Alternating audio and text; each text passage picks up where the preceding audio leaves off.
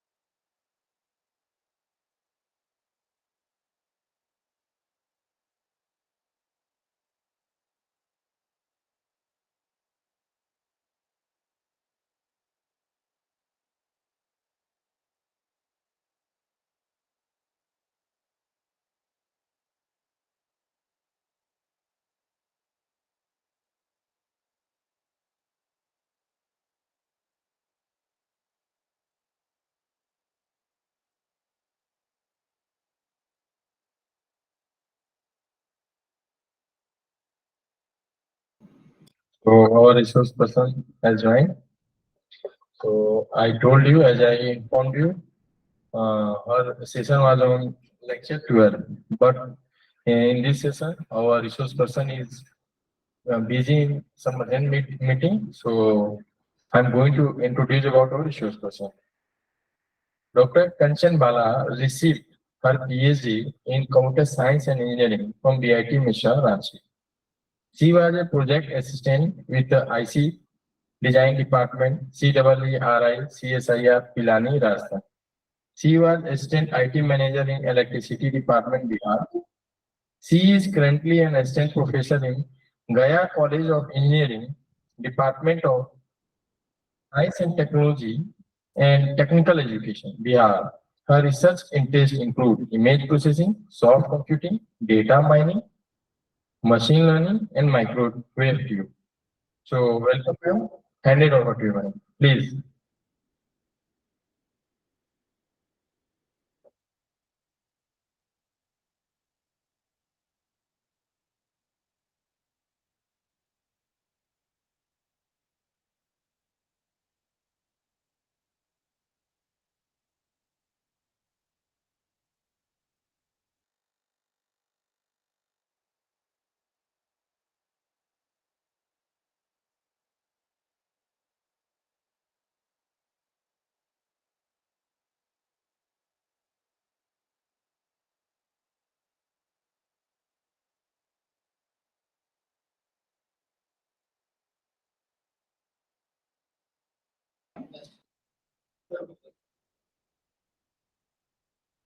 Excuse me, madam.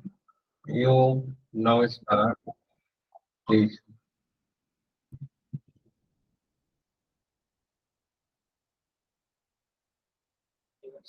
We have seen your first slide.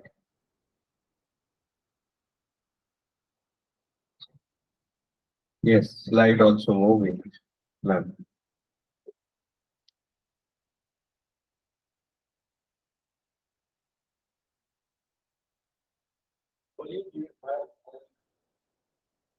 Uh, Madam, your audio is not audible to us.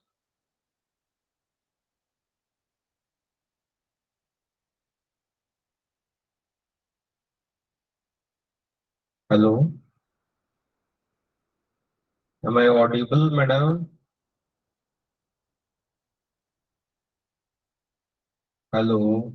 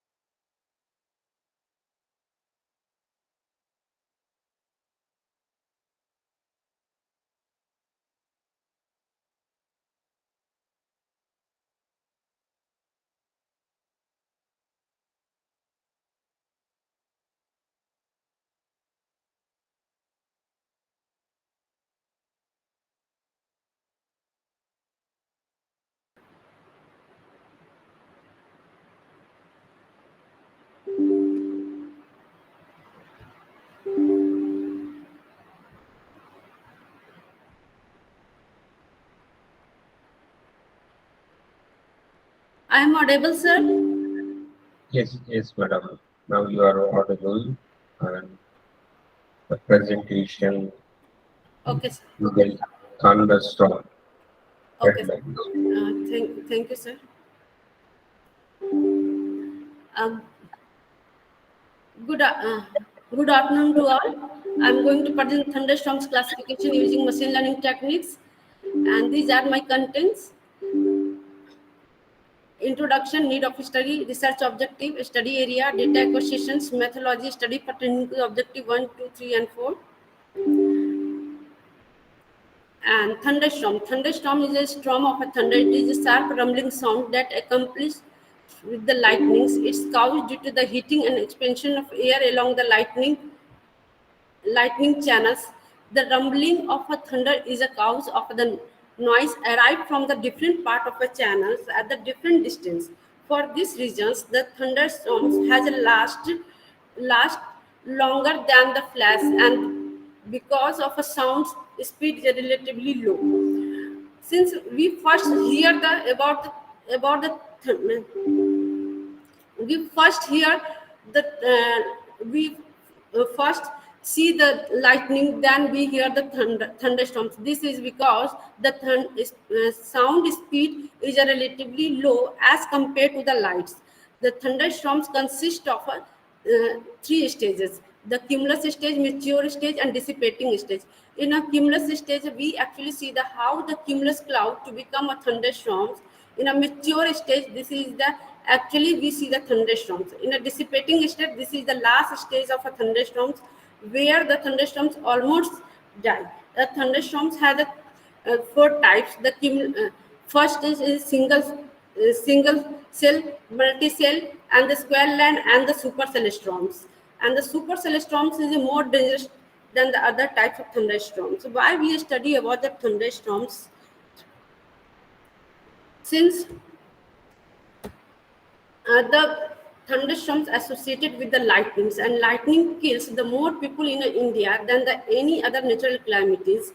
According to the National Crime Record Bureau, this data from the 2004 to 2013, according to National Crime Record Bureau, the light, lightnings represented here, the orange line, that is the larger than any other lines, that is represented by the heat stroke, cyclones, flood, and earthquakes.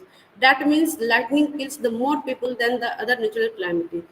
Besides this, the thunderstorms also associated with the wind, hails, and tornadoes. The wind are the extremely dangerous to the aviation sectors, and the hails causes more than 1 millions in a crops and the properties damage each year. And the tornadoes causes the average of 60 to 65 fatalities and the 1,500 injuries each year.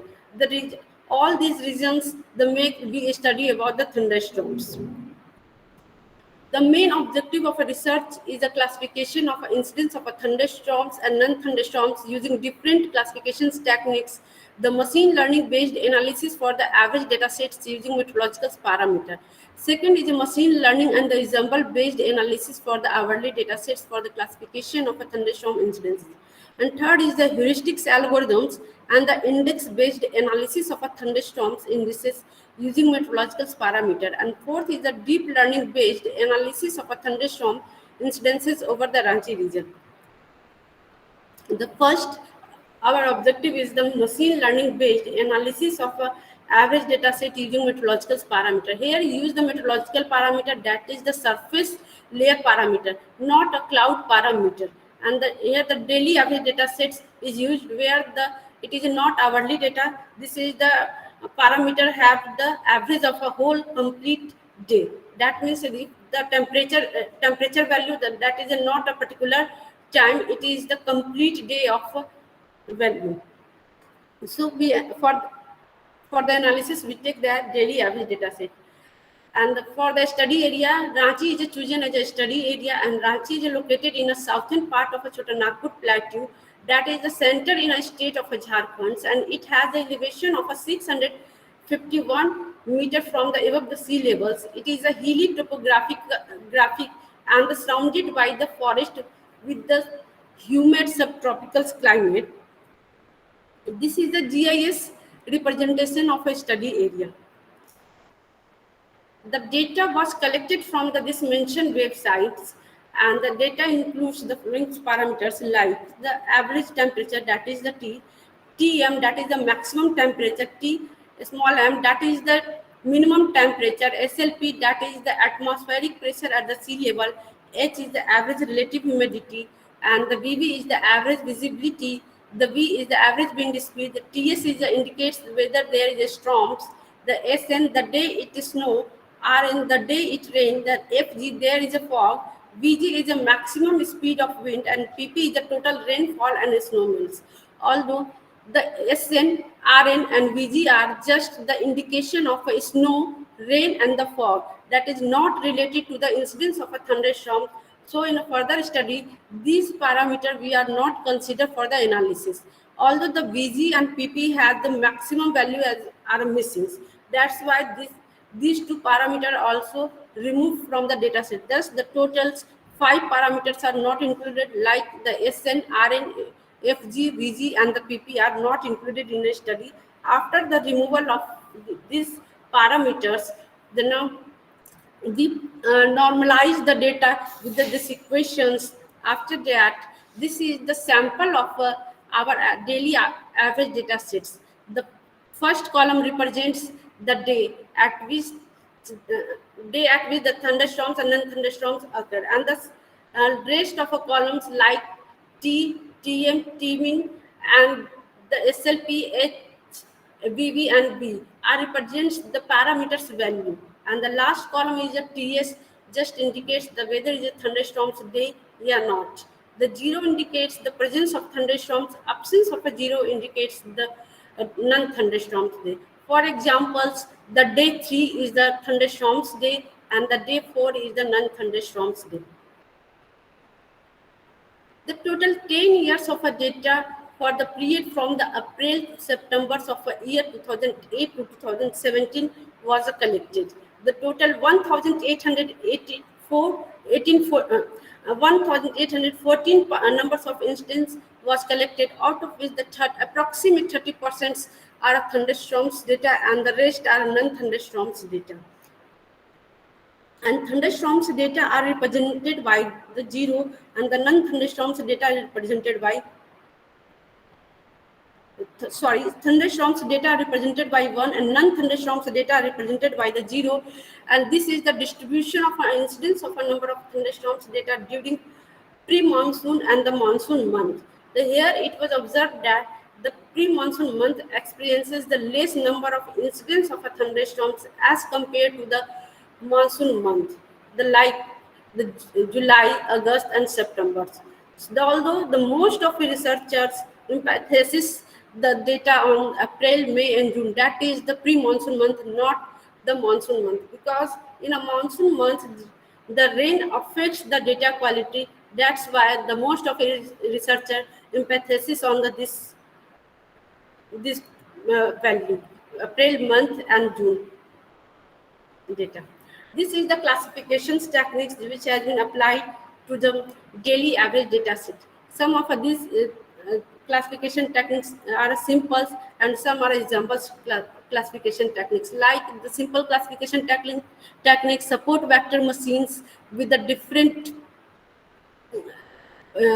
kernel functions, and like the polynomial kernels, radial basis functions kernels, and the k nearest neighbors, logistic regression, decision tree, multilayer perceptrons, the NAP base are the simple classifiers, while the gradient boosting, random forest, ADA boost, logistic regression, ADA boost with the random forest are the examples classifiers. And the performance measure based on the precision, accuracy, recall, and F scores. And these are well-known machine learning performance measures. The, mainly the F scores value are used for the for the comparison of a classifications techniques, and this F scores contributed by the precision and recalls value. This is the block diagram for the proposed method. We have first take the daily average data sets and then pre-process and normalize the data. After the pre-processing and normalizations, data is segregated into two parts, the training part and the testing part.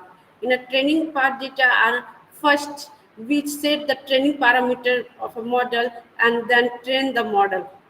After the train the model, we then test the model with the tested data sets, and if the F scores value is achieved is greater than the 0.60 for the incidence of a thunderstorms, that means the data is well classified for the incidence of a thunderstorms by the classifiers. If not, so that means we must apply the random sampling to improve the performance for the data. In order to get the modified daily average data set, we remove the sum of a non-thunderstorms data in a such way that we retain the 7 to 8 days of a number of a thunderstorms data before the incidence of a thunderstorms is retained, and rest of a non-thunderstorms data are removed from the data sets. Thus, we get the modified average data set. After getting the modified daily average data set, again the same procedure is applied, the pre-processing and normalization is done, and again the training and testing, and then same procedure is applied. Here, the first we applied this classifier to the daily average data set. This is the performance measure for the incidence and non-incidence of a thunderstorms. Here we see that the most of a classifier are well classified and trained. The most of them are greater than the 70% above. So these classifiers now check the precision and recalls value. Precision and recall value are also good, and the most of them the 0.77. above the sevens, and similarly we check the F scores value. On the basis of F scores value, these classifiers are compared, and here we see that the most of classifiers achieve the greater than 0.60, and so it is a well classified the incidence and non-incidence of a thunderstorms. So now we check the whether these classifiers classify the incidence of thunderstorms or not individually. Now we check the performance measure for the thunderstorms. Only the incidence of thunderstorms, not include the non-thunderstorms data for the daily average data set. Then here check the precision value are good. All the classifier achieve the good good value of a precision, but recall value attend the very poor. And even the F scores value is less than 0.5 for the all classifiers. The no one classifier are well classified by the any classifiers. So we need to modify the daily average data sets. So in order to modify the daily average data sets, we remove the non-thunderstorms data from the daily average data set. Removal of a non-thunderstorms data in such a way that we only retain the 7 to 8 days of a number of a thunderstorms data before the incidence of a thunderstorms, and the rest of a non-thunderstorms data are removed, and thus we get the daily average data set. After getting the daily average data set, modified daily average data set, apply the same techniques, the simple as well as the ensemble classifier to the modified daily average data set. Now we check the what is the performance for the modified daily average data set for the incidence and non-incidence of a thunderstorms. So here we check the training and testing accuracy are trained and tested well. The most of a classifier achieve the greater than the approximate the 70% above. And some of a classifier are less than the 70%, like the SVM polynomials, DT, and the NIAB based classifiers. Even the testing accuracy, the SVM RBF are also low, and the other classifiers like GB are also low, less than 70%. So precision and this is the very low as compared we see from the daily average data set. The most of classifier except the NIAM based classifier achieve the greater than the 70% for the training and testing. But here we see the sum of classifier is less than the 70%. So this is happened due to the less sample in a modified daily average data set.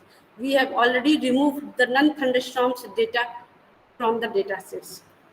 The precision and recalls and the even F scores value are less as compared to the daily average data sets. As we see for the performance measure for the incidence and non-incidence of a thunderstorms, here the most of classifiers are the greater than the 0.70, except the few of the classifiers like the NIAB-based classifiers and like the SVM linears and the SVM polynomial classifiers and the KMNs.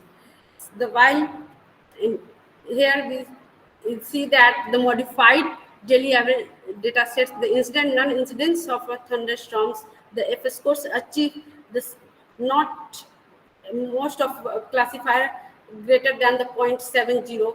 The most are the less than the 0.70, except the few of classifiers like the LRs and the MLP and the AB ADA-boost algorithms.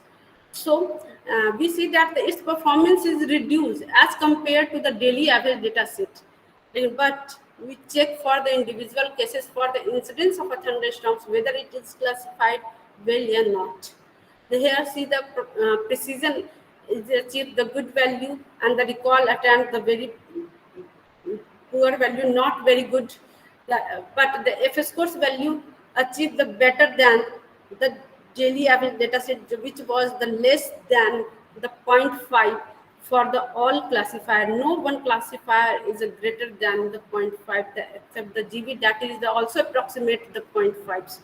But here the modified daily average data set F scores achieves the greater than the 0.5 likes. The SVM linear, SVM RBFs, the logistic regressions, MLP, GB gradient boostings, ADA boost algorithms, and the ADA boost with the logistic regressions and the NIAC. Even NIAC base achieved the more than the 60.60. So this is a well classified the incidence of a thunderstorms. So we can say that the modified daily average data set is a better than the daily average data set for the analysis of a incidence of a thunderstorms. So it is clearly from this diagrams, the here's the line number 4 that is represented by the orange line, it represents the F score for the modified daily average data set. While the second line, this line is the F scores achieved by the daily average data set. Thus, the F score for the all classifier is a higher for the modified daily average data set as compared to the daily average data set. So we can say that the modified daily average data set is the best uh, for the analysis purpose as compared to the daily average data sets. Even the both data sets use the same set of a classifier. Here is the outcomes. We apply the same technique is some number of classifiers, simple as well as examples classifiers. But no one classifier correctly classify the individual of a incidence of a thunderstorms day for the daily average data sets. However, the combined incidence of a thunderstorms and non-thunderstorms, they were classified well. We already seen in a previous PPT the modified daily average data set not classify the incidence of a thunderstorms. They although the precisely classify the incidence and non-incidence of a thunderstorms. The daily when the daily average data set is not classified well, then daily average data set is modified with the random sampling when the no one classifier properly classify the incidence of a thunderstorms data. So in order to modify the daily average data sets, we remove the number of non-thunderstorms data from the data sets, and then we get the modified average daily average data sets. And the TD incidences has been well classified with the same classifiers for the modified daily average data sets.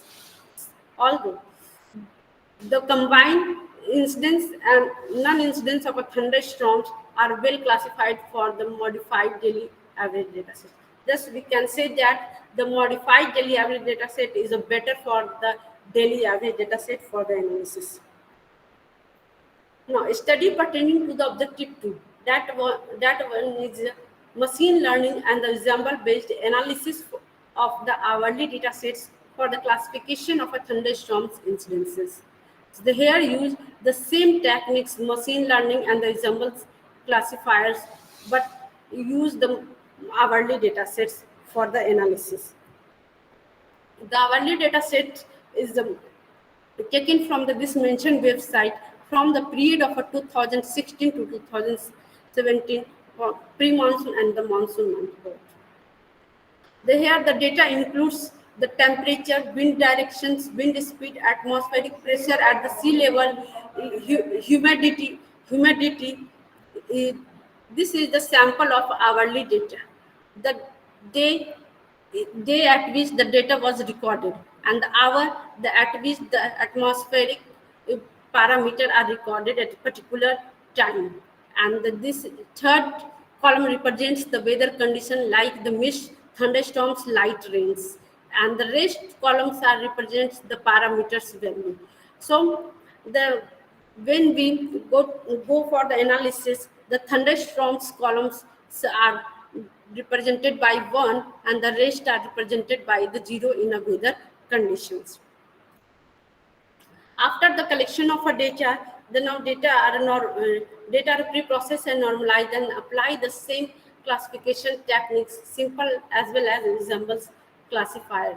And now we take the performance measure for the incidence and non-incidence of a thunderstorms for the hourly data sets.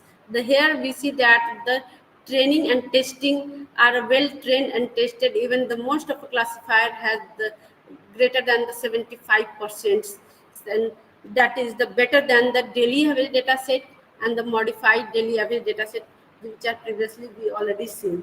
And the even precision and recalls and the F scores value achieve the 0.75 value. That is the better than the daily average data set and modified daily average data sets. Now we can say that for the hourly data sets, the performance measure for the incidence and non-incidence are good and well classified, the combine the thunderstorms and non-thunderstorms data. Now we check the whether the hourly data set is well classified for the only the incidence of thunderstorms or not. Here we see the when apply the same classification techniques to the hourly data set for the only the incidence of a thunderstorms data, the precision and recall and the even the F scores value achieve the better value. Here the F scores value are for the simple class in a simple classifiers is the SBM RBF achieved the highest F scores value, while in a Zambles classifier, gradient boostings achieve the highest value. These two values are better classified, and even the F scores value are most of a value are greater than the daily average dataset and modified average datasets.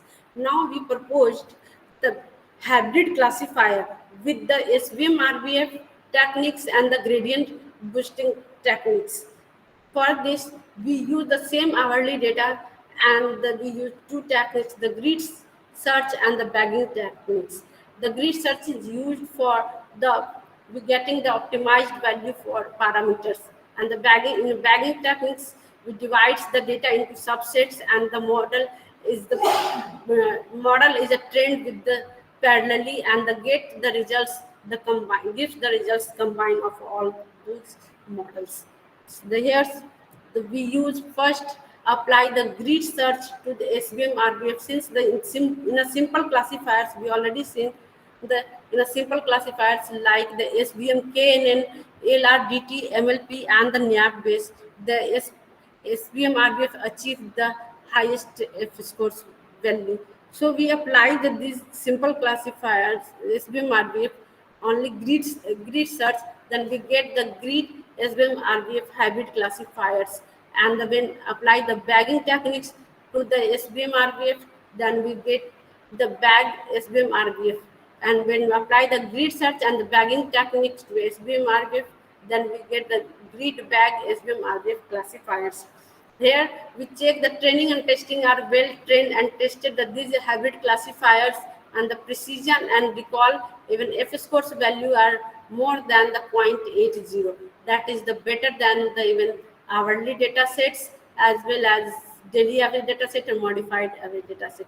So we can say that the proposed method of a hybrid classifier is the better classified for the incidence and non-incidence of thunderstorms in a better way. Now we check whether it is classified the incidence of a thunderstorms data or not. Here we see that it is a better classified for the only the incidence of a thunderstorms data, because the F scores value are most of are achieved the 0.75, that is the precision recall and F scores value. The grid back SBM RBF achieved the 8.0 value, that is the highest value, and it is the highest value among in a previous all those daily modified average data sets and the simple hourly data sets. So we can say that the grid bag SBM RBF is better for the classification techniques, and the hourly data set is better than the daily average data set and modified average data sets. Now we check when we apply the grid search to the examples classifiers for the incidence and non-incidence of a thunderstorms. When apply the grid search to the Adobe Boost logistic regressions, and when apply the grid search to the ADA boost with the RF, and the grid search with the gradient boosting, grid search to the random forest. Then these gridded examples classifiers achieve the more than the 8.0, that is the better classify the incidence and non-incidence of thunderstorms. Although the precision and recall value is also very good, and the training and testing are well trained and tested. So we can say that the grid examples classifier is better classify the incidence and non-incidence of a thunderstorms. The now we check for the individual cases whether it is classified or not for the grid examples classifiers. Here we see that the most of classifier are well classified because the most of them are greater than the 0.75, and the precision and recalls value are good achieved. Although the in a grid examples classifier grid gradient boostings achieve the 0.79, that is a less than as compared to the grid bag SBM RBF. That means the grid bag SBM RBF is a hybrid classifier, is a well classified as compared to the grid examples classifiers. Now we compare comparison of all data sets.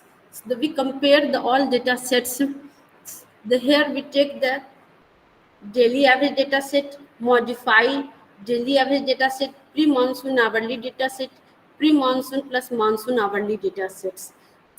We compare these four data sets are taken and the same classification technique, MLP, gradient boosting, random forest, ADA boost with the logistic regression, ADA boost with the random forest and NAP base are taken. The sum of only the classifier taken, not the all classifier has been taken, and these four types of data sets has been tested. So after testing we check the pre-monsoon hourly data sets have the highest accuracy as compared to the other data sets like the modified daily average data set, the daily average data set, pre-monsoon plus monsoon hourly data sets. As we see the same patterns in C for the F scores value, here against the pre-monsoon hourly data sets achieve the highest F scores value as compared to the other data sets like daily average data set, modified daily average data set, pre-monsoon plus monsoon hourly data sets. So, outcome of this objective 2 is we propose the same classifications techniques, simple classifier as well as the examples classifier. The sum of a simple classifications method mentioned above are also used to classify the incidence of a thunderstorms, non-thunderstorms for the pre-monsoon plus monsoon data sets. The hybrid classifier is proposed with the SVM RBF for the pre-monsoon data set. The grid search and the bagging approach has been used and produced the grid bag SVM RBF classifier. As we in a previous PPT we see that the SBM RBF is in a better in a simple classifiers. So we apply the grid search and the bagging techniques for the hybrid classifiers and get the hybrid bag SBM RBF classifiers. And only the grid search is applied to the examples classifiers and now compares the results. The grid search example classifiers and the grid bag SBM hybrid classifier and the simple machine learning classifier and the examples classifier. All these classifiers are compared, and after the comparisons, the hybrid classifiers outperform the other machine learning as well as the grid examples classifiers. So compares the two data sets are used for the pre-monsoon and the pre-monsoon plus monsoon hourly meteorological data with the daily average data set and modified daily average data sets. And thus the pre-monsoon hourly data sets outperform the other data sets, and thus the pre-monsoon data set with the hybrid classifier is the better for the classifications techniques. Now, the study pertaining to the objective 3. This is the heuristics algorithms index-based analysis of thunderstorm incidences using meteorological parameter. Heuristics algorithm is the new approach of finding a new equations to form the heuristics. On the basis of this, we find the index value. This is the index value is just a threshold value, and the basis of this threshold value, we find if it is a value is greater than the threshold value, that is belonging to the incidence of thunderstorms. If not, then it is belonging to the non-thunderstorms. These heuristics algorithms can be applied in other field too. This is the new approach in the novel techniques. Here is the block diagrams for generating the heuristics equations and the 4 index value. The first, for the training purpose, we take the 2 years pre-monsoon hourly data set. We already see in the previous PPT, the hourly data set is a better for classification, and the different data sets, the pre-monsoon hourly data set is better. So here we take the pre-monsoon hourly data sets only, not take the pre-monsoon plus monsoon data set we already seen in a previous PPT. So here the 2 years hourly pre-monsoon hourly data set has been taken, that is from the 2016 to 2017. From these data sets, collects the incidence of a thunderstorms data are month-wise, selects only the incidence of thunderstorms data, non-thunderstorms data.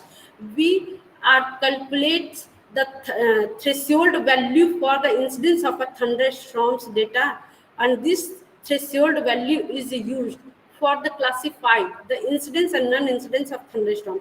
That's why we only collect the incidence of a thunderstorms data, not the non-thunderstorms data. After the selecting the number of thunderstorms data from the data sets, the arrange this data in a month-wise, like the in April month number of thunderstorms data are collected together, and the May month are number of thunderstorms data are collected together, and similarly for the June month. And then now after the arranging this data in a month wise, now compute the number of incidences in a happened in a particular month, like the April month. After the computing the number of thunderstorms data, then now compute the average of the individual parameter of a month wise for like the April, May, and June. And after that, computing the number of thunderstorm incidences and the average data, they are arranged in a month wise, like for the particular month we get the number of incidents, and the particular we get the average value of a parameter 2, and this is for the similarly for the May month, similarly for the June month. After that, we normalize this data. After normalization, we find the correlations between the number of incidents with the different number of parameters like temperature, humidity, and the pressures. Like after the finding these correlations, so we forms the heuristics equations. This heuristic equation is formed like that. If the relations between parameter and the incidence of thunderstorms is the positive, then we take the positive value in equations. If it is a negative value in correlations with the number of incidents, then it will be take as a negative. Thus, we form the proposed heuristics equation. After that, we find again the correlations of these proposed heuristic equations and find the R squares value.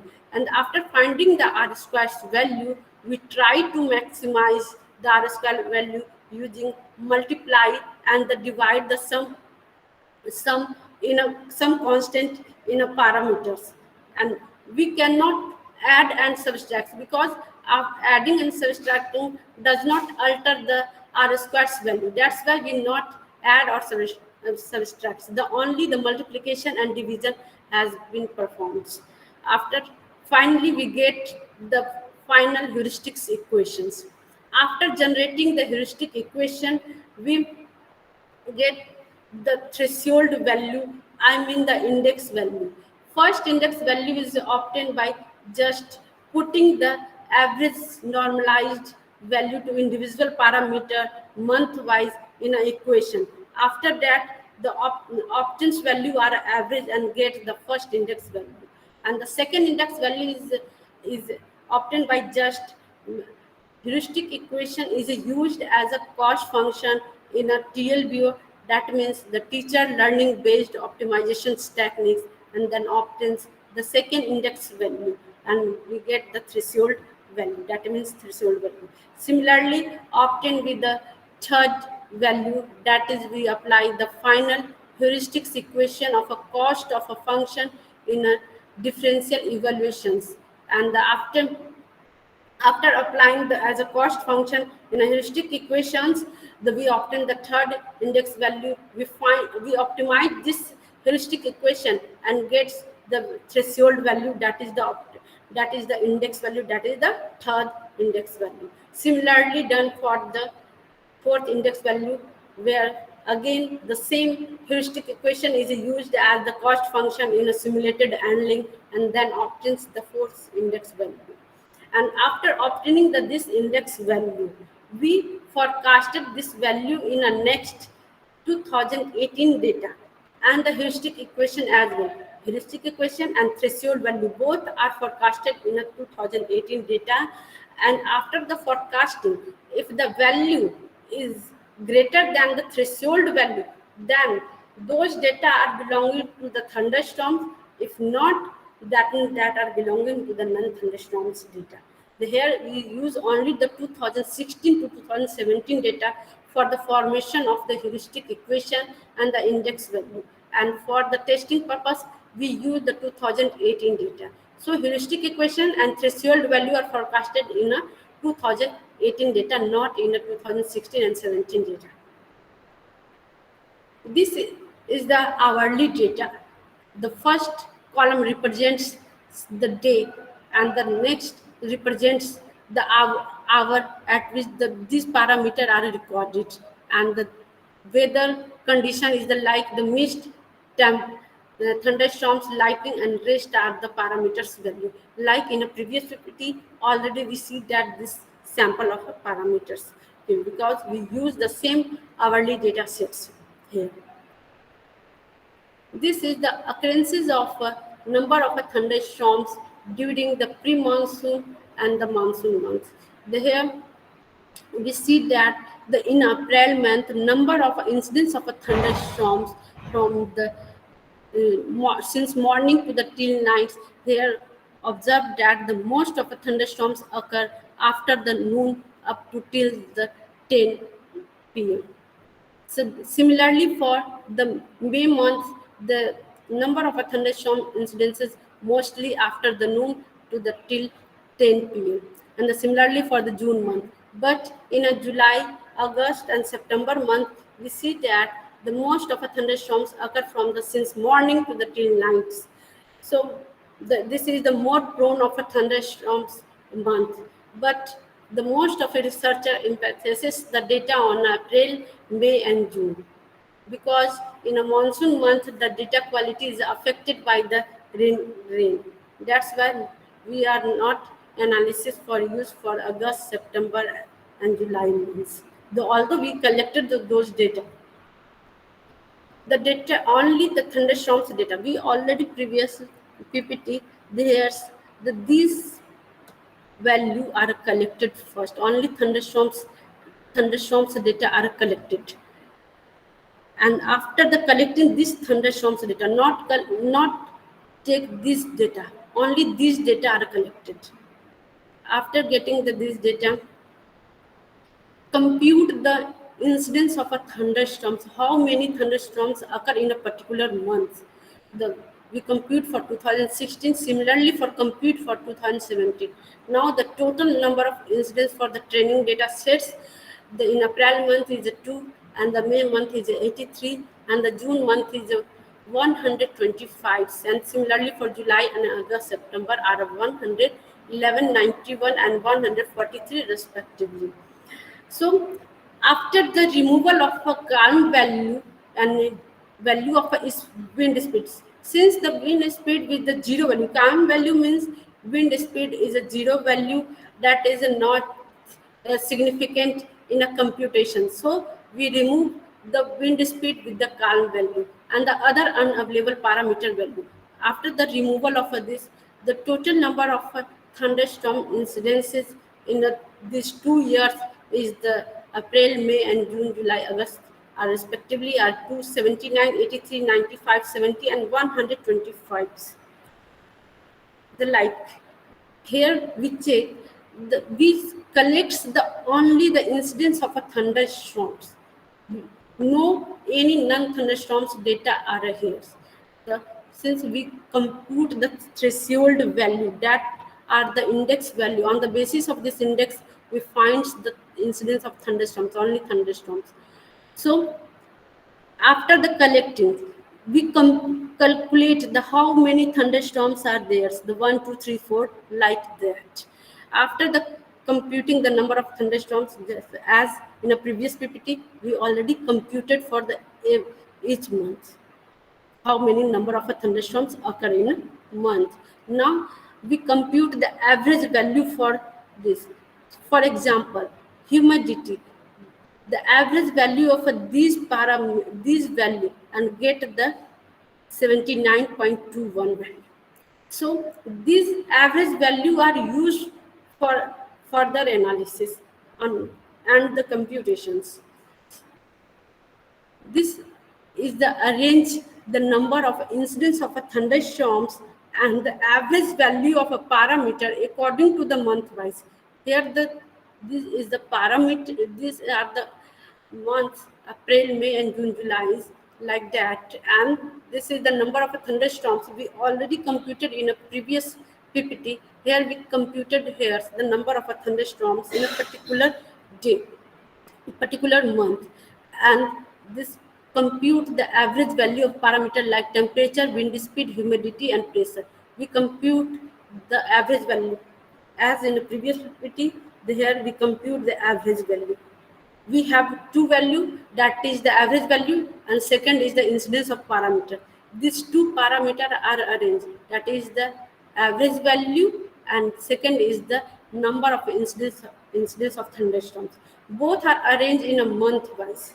After the arranging this data, we separate the only pre-monsoon data. We already said that the pre-monsoon data is more significant than the monsoon data.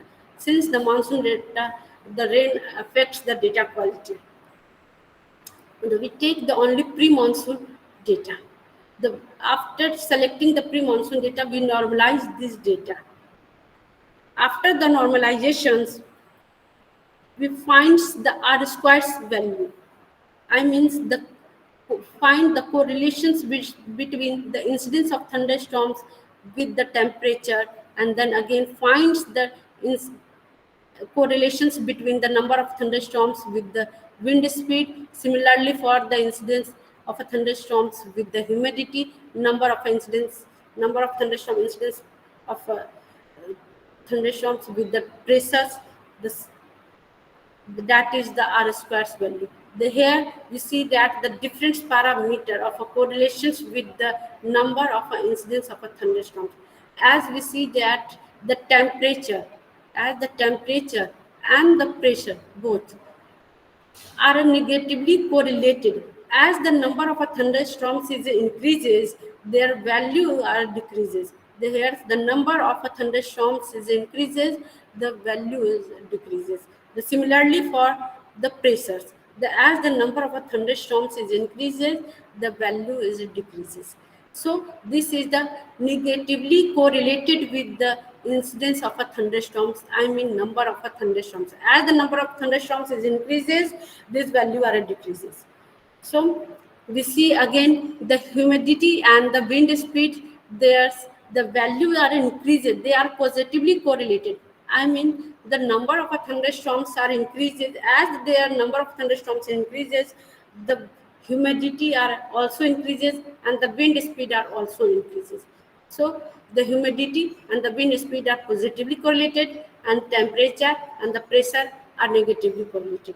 And find their R square value for temperatures is like the 0.94 and the speed is the 0.01, and the pressure for the 0.213, and similarly for the humidity 0.839. So conclude that the wind speed and the humidity both are positive. They are positive correlated with the incidence of thunderstorms, while the pressure and temperature are negatively correlated with the incidence of thunderstorms.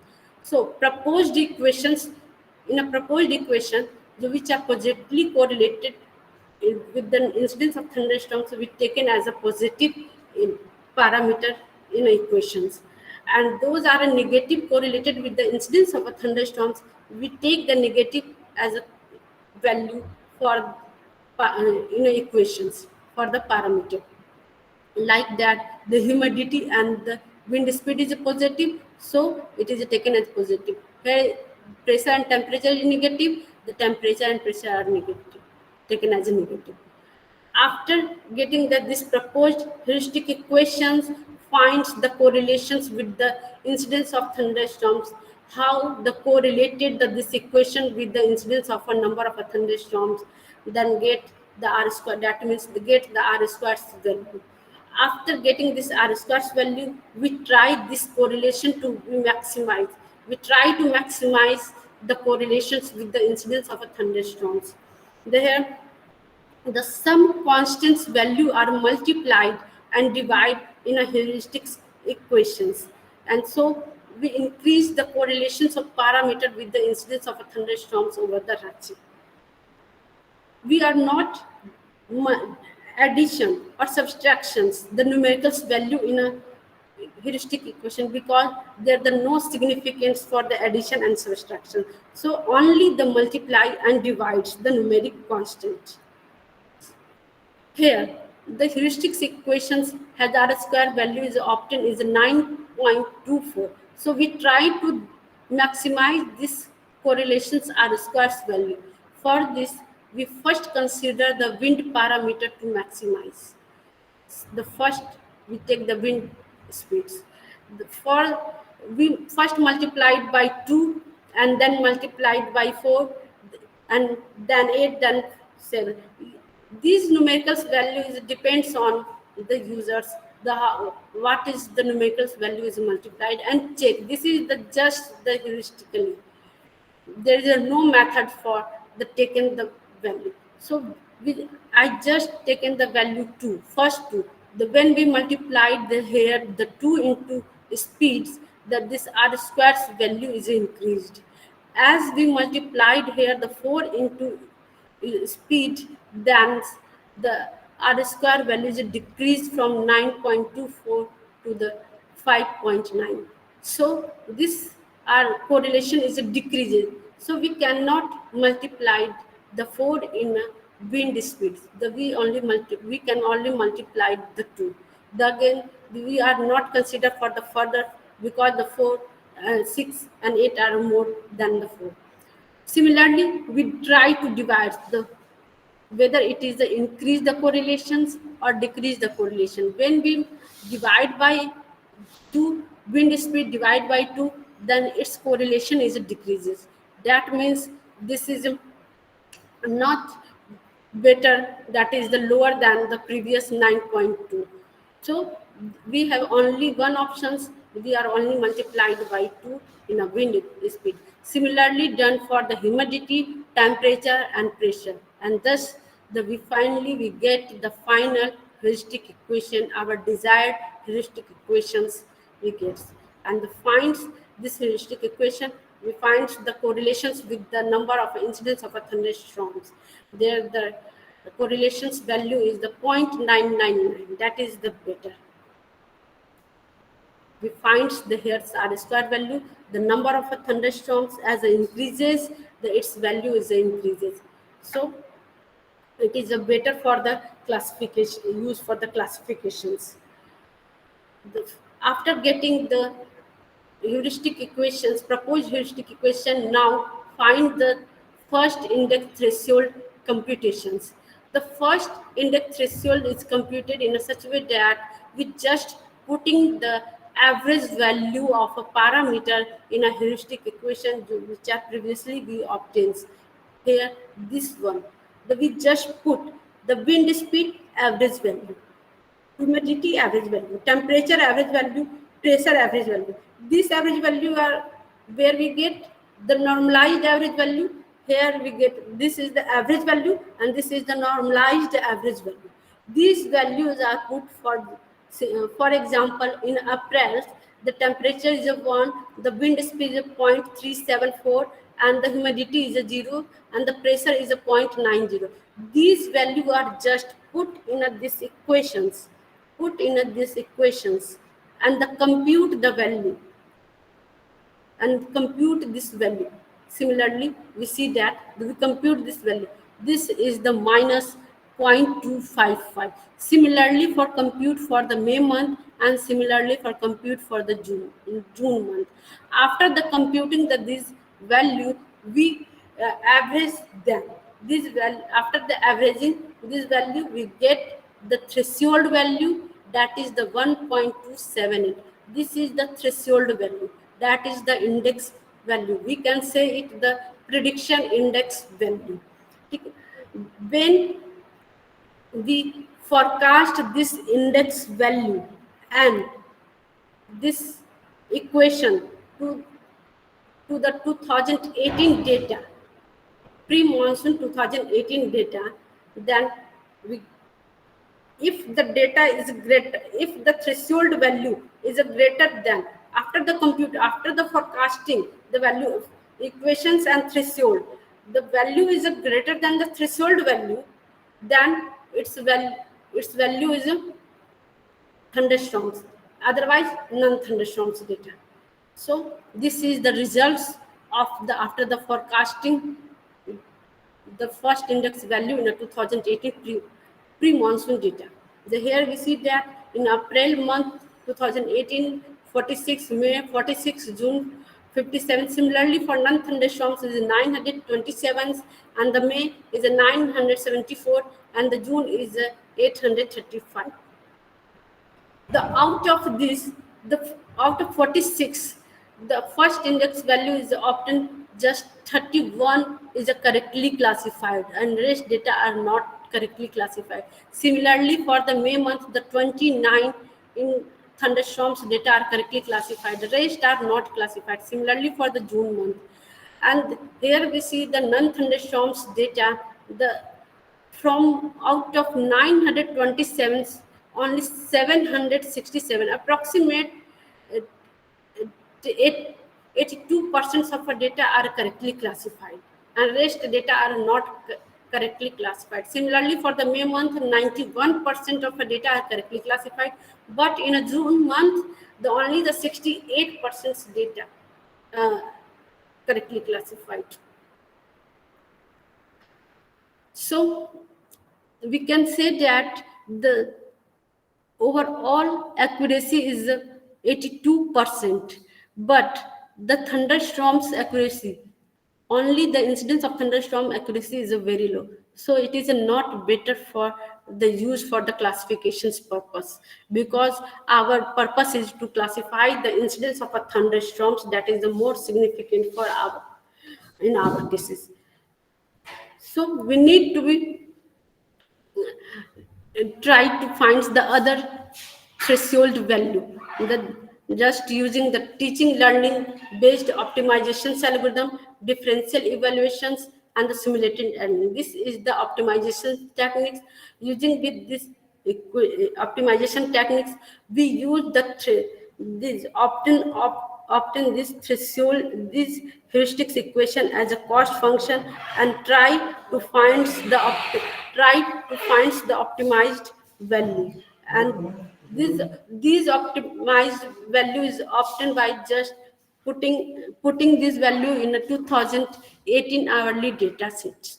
This is the results. Here see the same data, in April, May, and June, and 46, 46, 57, and the non-thunderstorms is 927, 974, 835. So out of 46, 35 thunderstorms data is correctly classified.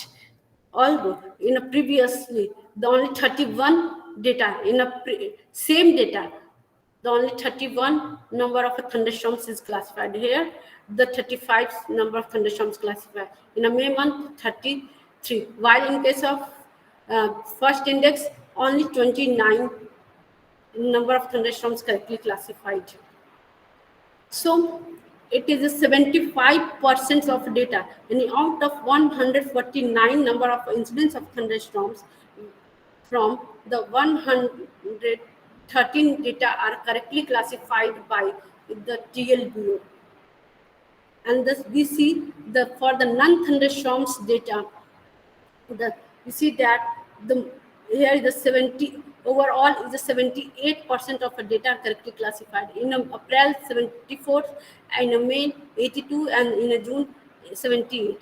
That is the overall 78% are correctly classified the incidents and non-incidents of a thunderstorms.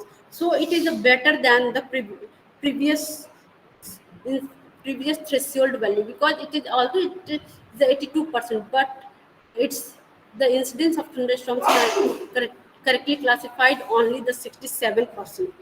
So we consider the TLBO is the better than the first index value. Now we check for the second, third, and fourth index value.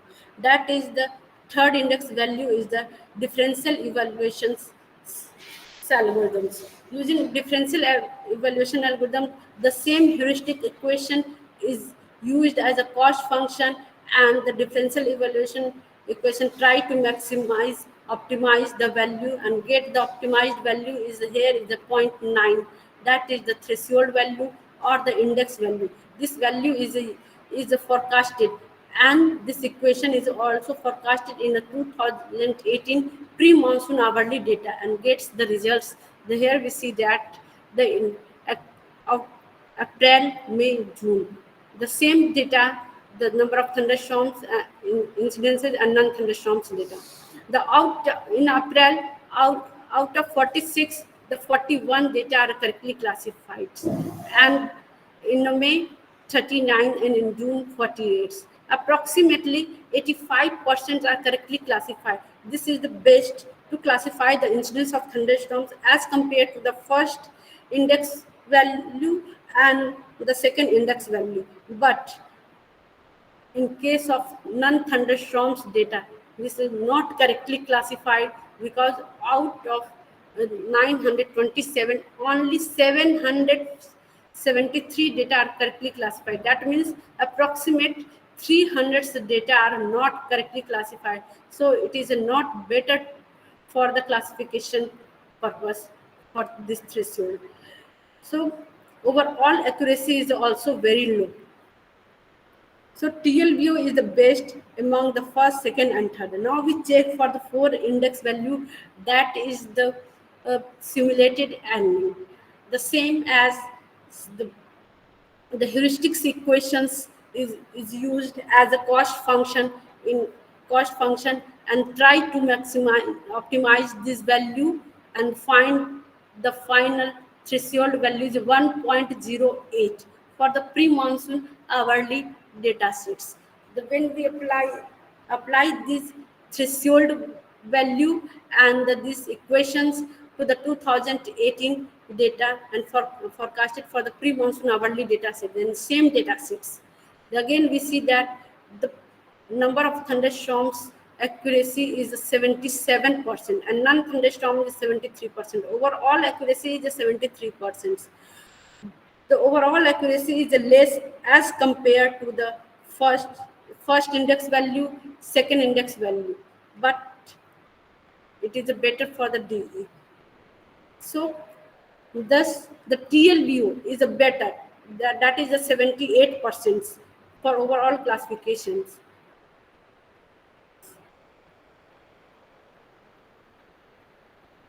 Here the only the 73%. So among these 4 index value, the TLBO is the best, and this can be seen from this diagrams as the first index TLBO, DE, and algorithms for the April, May, and June month are tested, and here the accuracy. The first index value is the highest for the incidence and non-incidence of thunderstorms. I mean the overall accuracy, but In case of only the incidence of thunderstorms, it is a less, as we see that. So TLBO is the best, and this can be validated with the 2019 hourly data for the April month. In April month, here is the 41, and the number of non-thunderstorms data is 806. So we applied the four techniques: first index, TLBO, SA, and DE algorithms. When we forecasted this value to the 2019 data, and see that the accuracy is the 68, 73, 73, 85.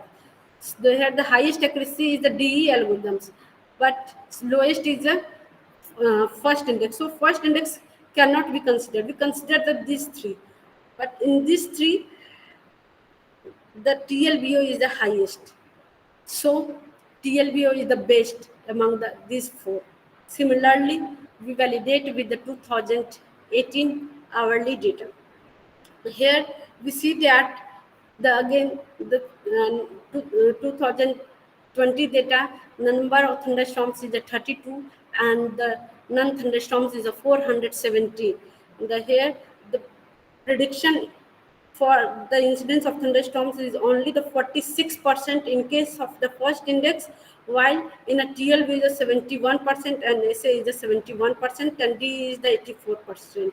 The first index is not well classified the incidence of thunderstorms. Rest three, TLBO, SA and DE algorithm well classified the incidence of thunderstorms, but the TLBO is the best in overall accuracy. So we consider as a TLBO is the best index for finding the index. On the basis of this index, we use to classify the incidence and non-incidence of a thunderstorms. This is the atmospheric pressure variation for the incidence of a thunderstorms hour. We take the 2-day data. First one is a 24 May and second is the 25 May. 24 May data is the non-thunderstorms data that is represented by the dotted line, and the 25 May data is the thunderstorms data that is represented by the solid line.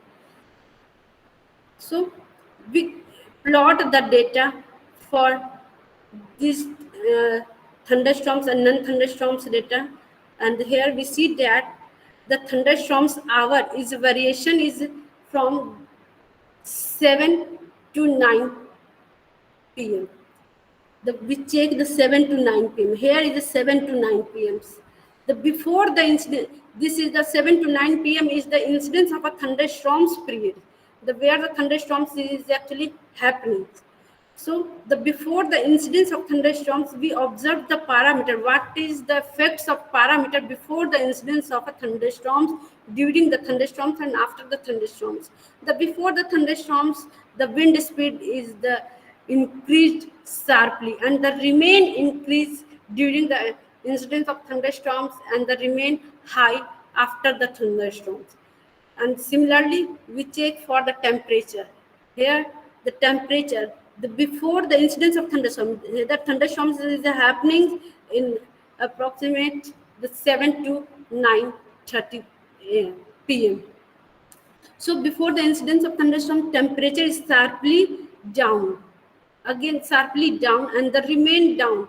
I mean temperature is low. When the thunderstorms is happening, the temperature is sharply down and the remain down, and this is the cool and after the incidence of thunderstorms and during the thunderstorms and before the thunderstorms too.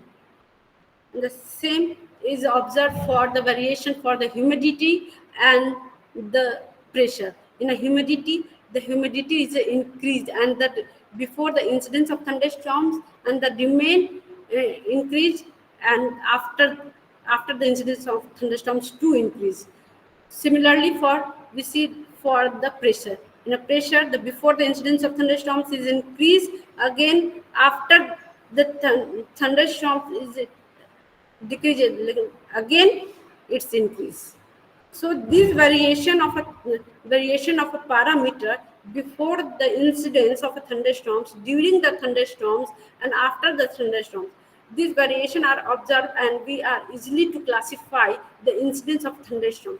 Before the incidence of thunderstorms, when the temperature is sharply down, that means thunderstorms may be happening. And the humidity is increased, that means the thunderstorms may be happening. Similarly for the wind speed.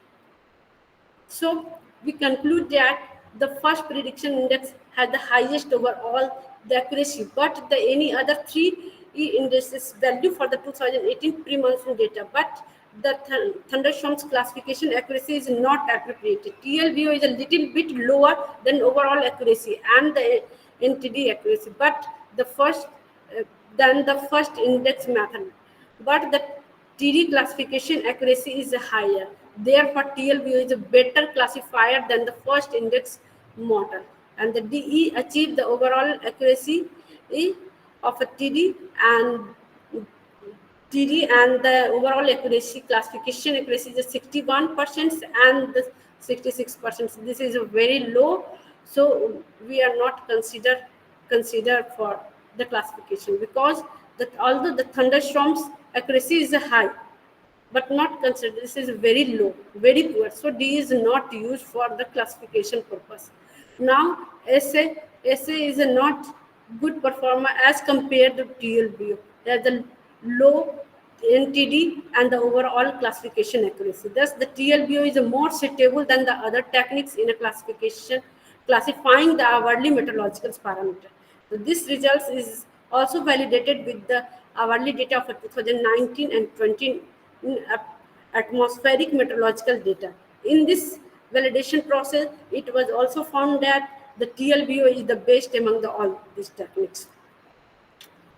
That is the fourth, the study pertaining to the objective for the deep learning method approach for the classification of incidence and non-incidence of thunderstorms. Here we use the deep learning to classify thunderstorms. The first hourly data set is pre-monsoon, same as pre-monsoon hourly data set is taken. Why we take, we already discuss. After the taking the normalized data, after taking the hourly data set is a pre-processed and normalized. After the normalization, data is segregated into the testing and training part. In the training, the simple machine learning and the examples classifier is applied. And here the deep learning, the CNN, RNN is applied, then obtain the trained model and the tested and they evaluated and compare the deep learning with the machine learning techniques. These three techniques are used, RNN, LSTM, and the CNN. We see the performance analysis for the hourly data sets for the incidence and non-incidence of thunderstorms. Here we see that the most of the classifiers achieve the greater than the 80%. 8.0 for the for the precision recall and the F-scores value. Training and testing are also very good, and that is it is a well classified the incidence of thunderstorms and non-thunderstorms. The same overall accuracy of performance is compared with the machine learning techniques and the examples classifiers, simple machine learning technique and examples classifiers and the hybrid classifiers.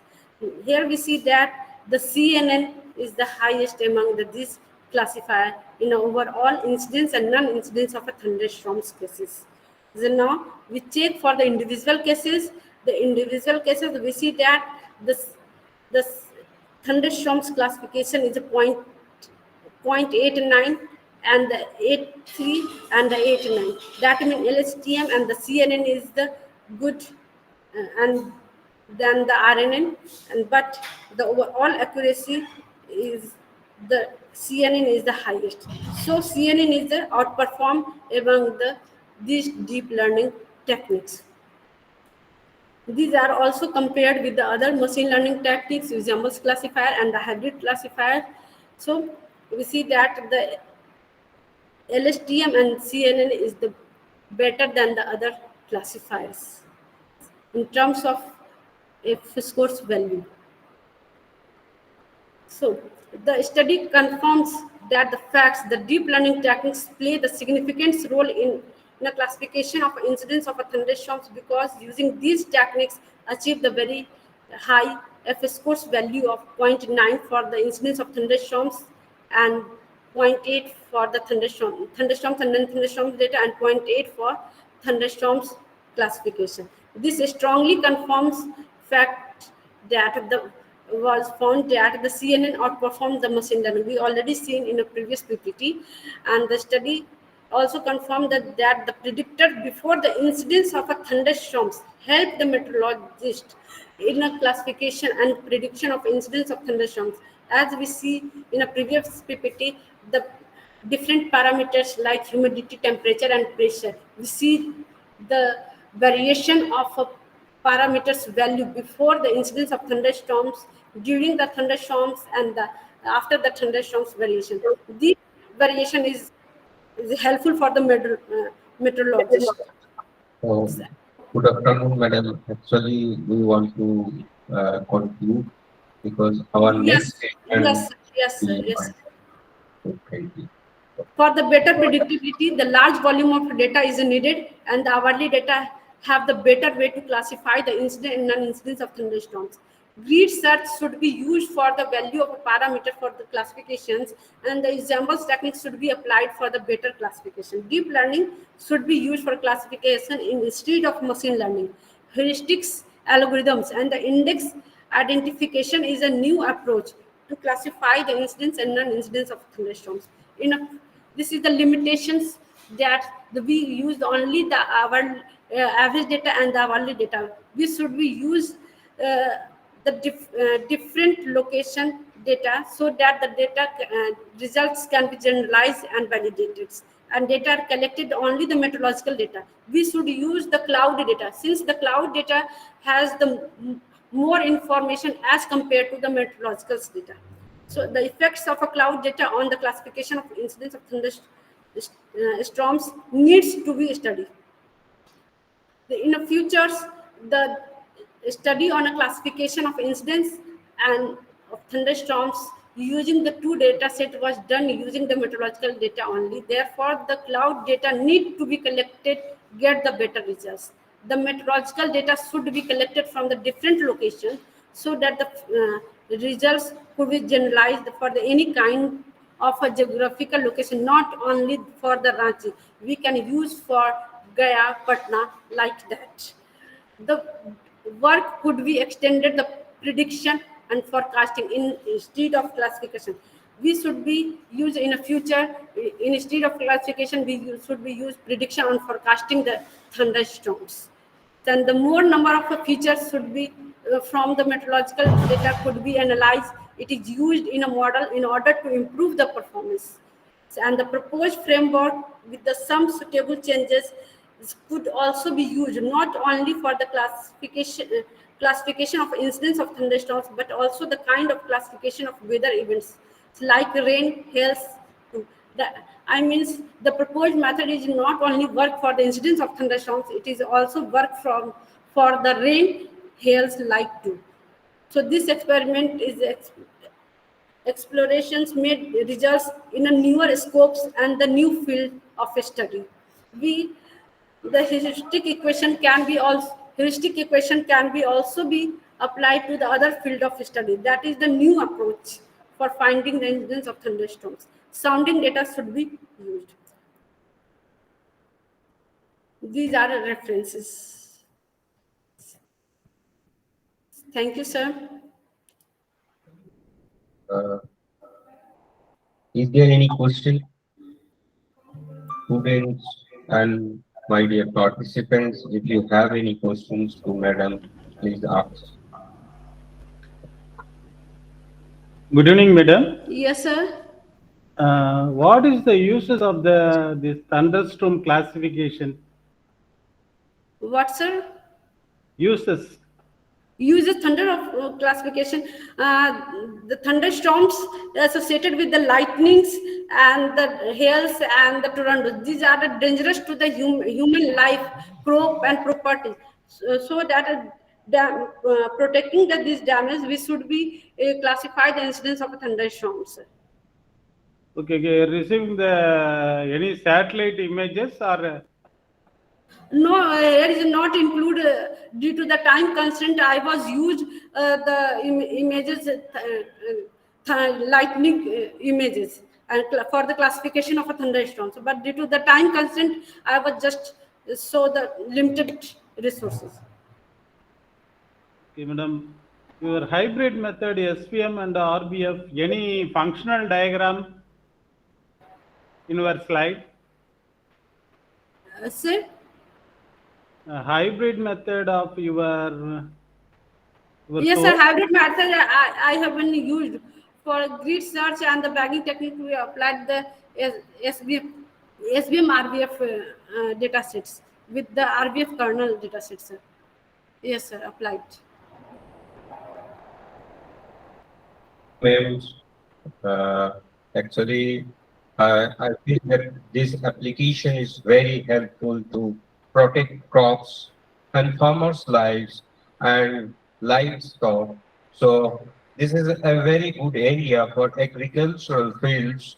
And this, thank you, respected Madam, Dr. Kansan Bala. She is currently working as an assistant professor at Goya College of Engineering, Department of Science, Technology, and Technical Education, Bihar, India. Your presentation on the use of machine learning to classify thunderstorm showcased the potential of application of artificial intelligence and machine learning to enhance particularly weather forecasting, and it helps the life trading of a farmers who works day and night in the fields. And this particular application of AI in analyzing and predicting weather will help particularly this agriculture fields a lot. So for your choice of these problems and application area, I'm very much thankful that this type of applications and research area will help the farmers a lot. In India, we know that this is a very interesting area and this is a very growing area in near future. So thank you a lot to Madam, and your discussion provided a clear insight into how artificial intelligence technique like machine learning can be utilized to improve accuracy, prediction, and offering the significant benefit of planning and safety measure of weather and save farmers' life as well as the life for a crops and the livestock animals. So thank you, thanks a lot to Madam, and we will again start on the scheduled time at 4:20. I thank to all my participants and the students. Thanks a lot. This is the time for tea break.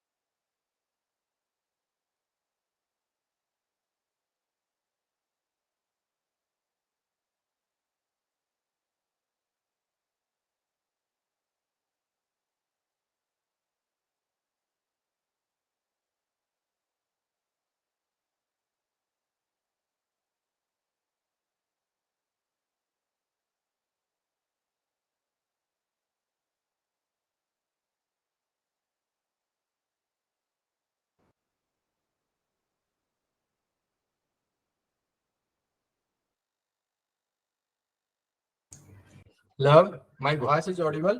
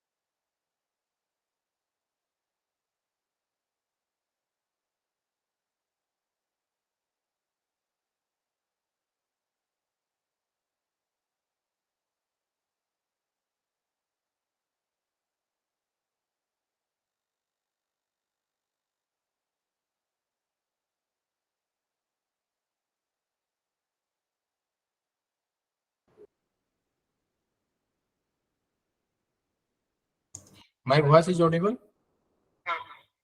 Okay. So you are in conference room, no? Virtual room. Love, my voice is audible. Yes, sir. Oh, okay. There is no any kind of issue. No, sir. No, sir.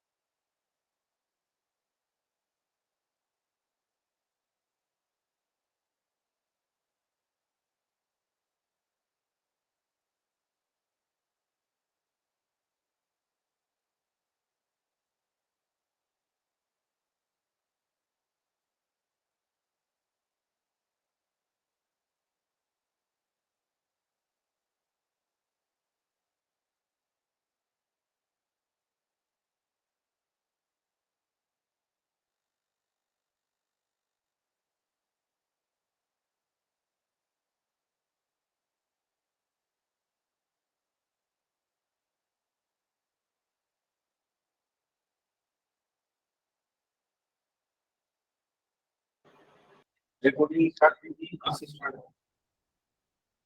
So, good afternoon. Welcome back after the tea break.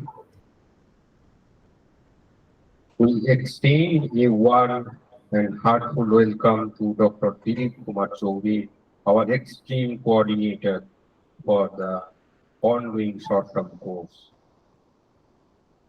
I'm privileged to introduce him in this regards, and I am very much thankful to him as he has successfully conducting till the short-term course on healthcare and agriculture. Thank you, sir. Dr. Dilip Kumar Choudhury, the Assistant Professor, Department of Computer Science and Engineering. He is also a head of CC Computer Centers at IIT, IIT Bhagalpur. Dr. Dilip Kumar Choudhury received his BE in Information Technology and MTech degree in Computer Science and Engineering from RGB Bhopal in the year of 2010 and 2012 respectively. He received his PhD in engineering from the Birla Institute of Technology, DIT, BITS Misra, Ranchi in 2018. He was also associated with VIT Vellore and NIT Patna, Bihar as an assistant professor and currently working as an assistant professor in the Department of Computer Science and Engineering, IIT Bhagalpur, Bihar, India. He has published more than 80 research articles and including these SCI index journals and very well-known conferences, and he was also published two books and one patent. Now he has also filed two patents as well. So he has also received one project as a co-PI founded by the TEQIP Collaboration Research Scheme. And currently he is guiding PhD research scholar at our department, Computer Science at IIT Bhagalpur, and already guided 7 MTech theses and more than 20 BTech projects. So thank you, sir. And he is a very well-known person in various fields like bioinformatics, data mining, database management system, IoT, and machine learning, artificial intelligence. These are the very key fields nowadays. And so I thanks our coordinator, Dr. Dilip Kumar Choudhury, once again, and I am handing over to him to conduct this presentation for this course. Usual sir, for giving my introduction. So I'm going to start my today's session.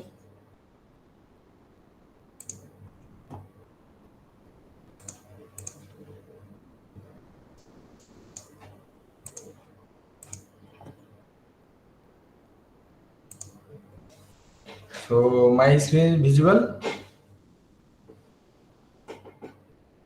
Screen is visible. Yes, sir. Yes, sir. Okay.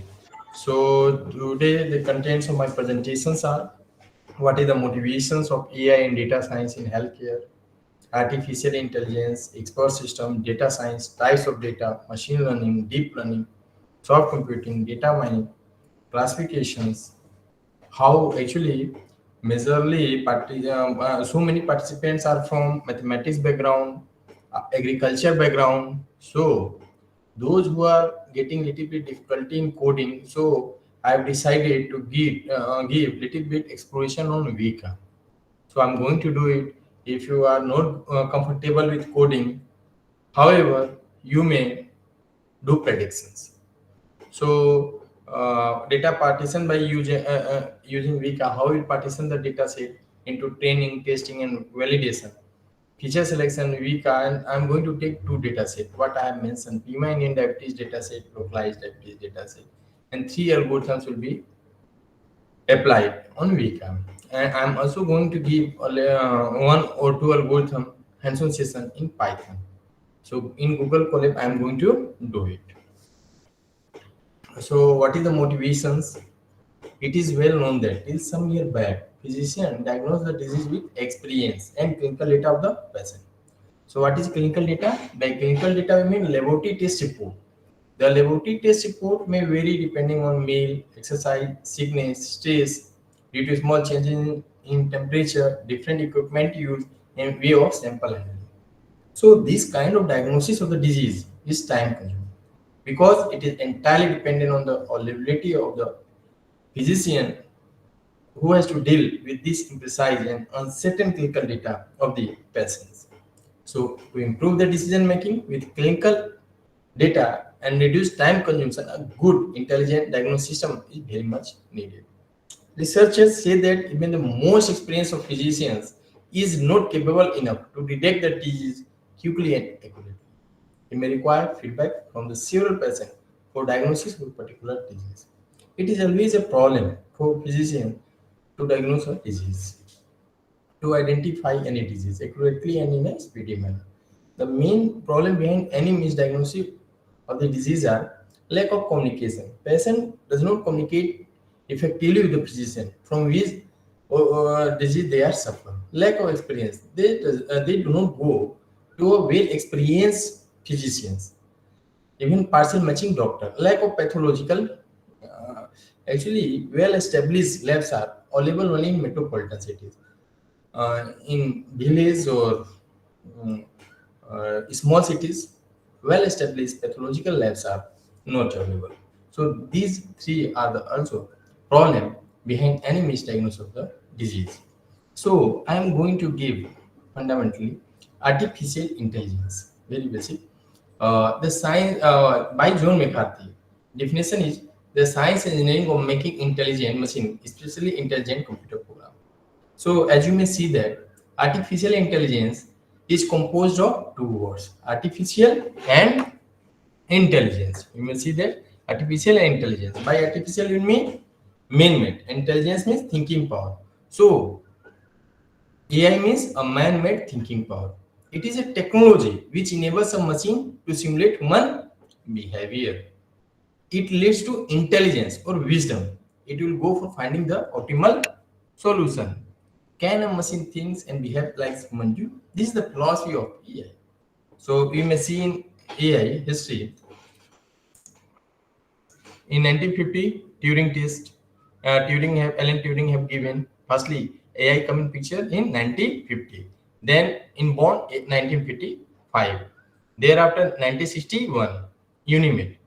Further 1961, Elijah. 1966, Saki.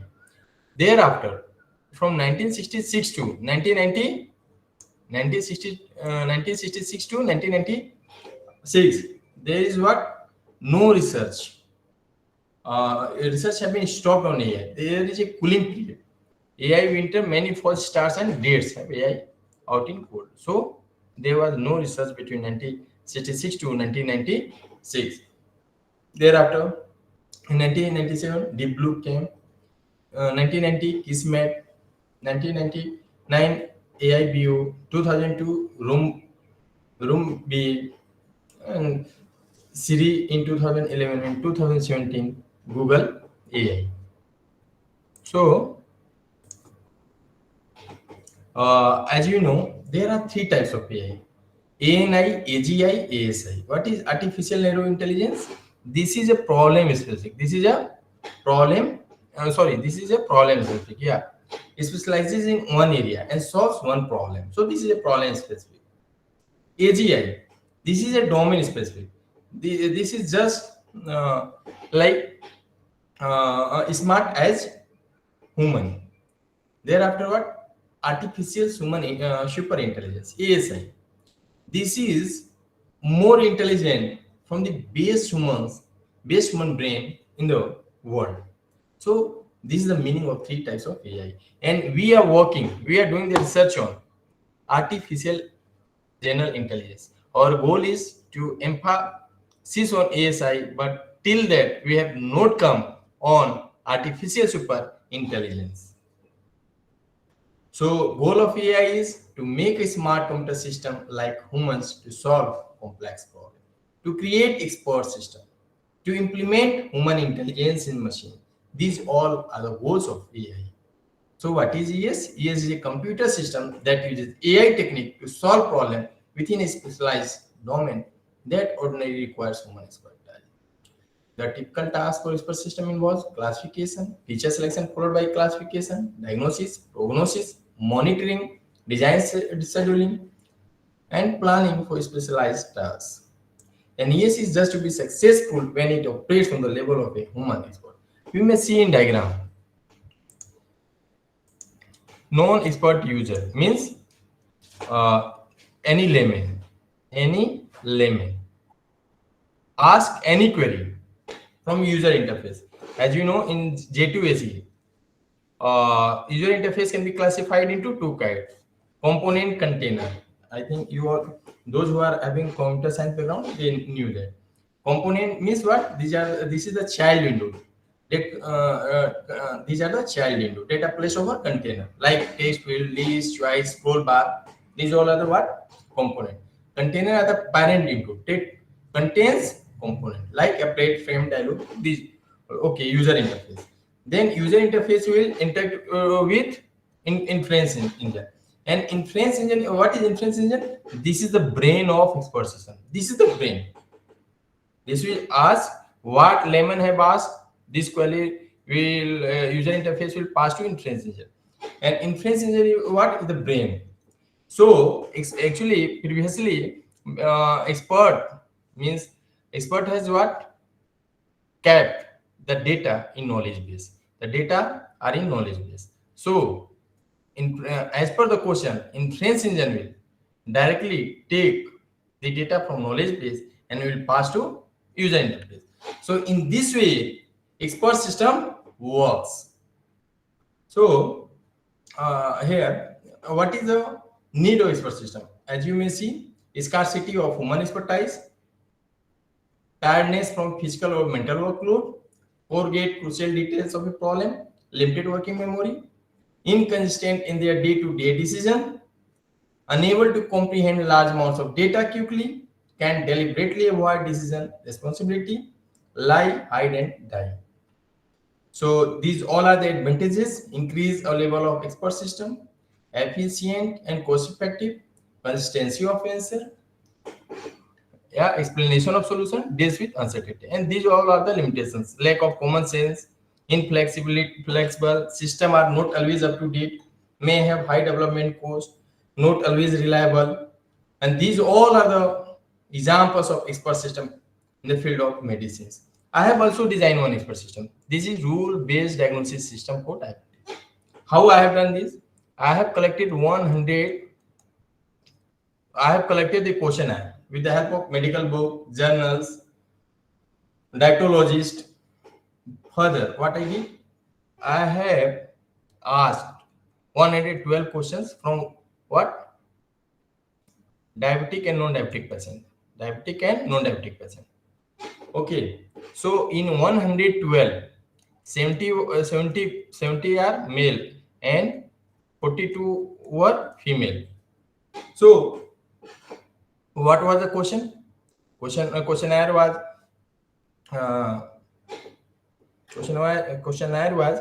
tiredness, increase urge to urinate, increase weight variations, weight reduction. Okay, these were the common questionnaire for both male and female, and some more questions were there. Questionnaire was there and for female, especially what vaginal mycotic infections, loss of menstruation. For male, sexual erectile dysfunction. So actually, those who are having it, I was just divided by 70 for particular symptoms. But those symptoms who were lies in both, I was divided by 100. So firstly, what I did, I had calculated weight. Then I have gone for what? Probability. Suppose increase urge to urinate, increase weight reduction, weight variation. So if suppose lies in two types of diabetes, type 1, type 2, actually 4 kinds of diabetes is there. What? Type 1, type 2 and gestational and pre-diabetes. So type 1 is what? Brittle sugar and insulin dependent, non-insulin dependent type 2. So okay, so these all are the kinds. So which symptoms some symptoms was lies in 3. So I was just giving probability 0.3. If lies in 2, 0.5. If lies in 1, simply 1. So in this way, if lies in 4, 0.5. This into probably how I was calculating weight. I was calculating the weight. I told you, okay, suppose increase thirst. So I was just divided by 112. I suppose sexual erectile dysfunction divided by suppose 42 divided and into what diabetologists have suggested me. And so I did, and output what we got. Okay, yeah, this person is having C peptide. This person is having type 3 diabetes with probability of 0.82. Means simply that we were getting actually if you go for market for C peptide test. So you have to spend rupees 2,000 to 2,500. But my expert system I had designed, this was directly giving. So, but you may see what were the issues, what was the problem. Actually, this was just based on the demography of the Ranchi area. So what I did wrong, I should collect it from at least some more places. So this was the drawback of that expert system. Okay, so this is the applications. Just like Tesla self-driving cars. Facebook-friendly recommendation. And these all are the applications. What is the current status and future scope? India ranks in the third. India ranks third in the world in terms of high quality of research publication related to AI. Indian government think that Niti Aayog has been working apply the potentials of AI in public as well as private sector.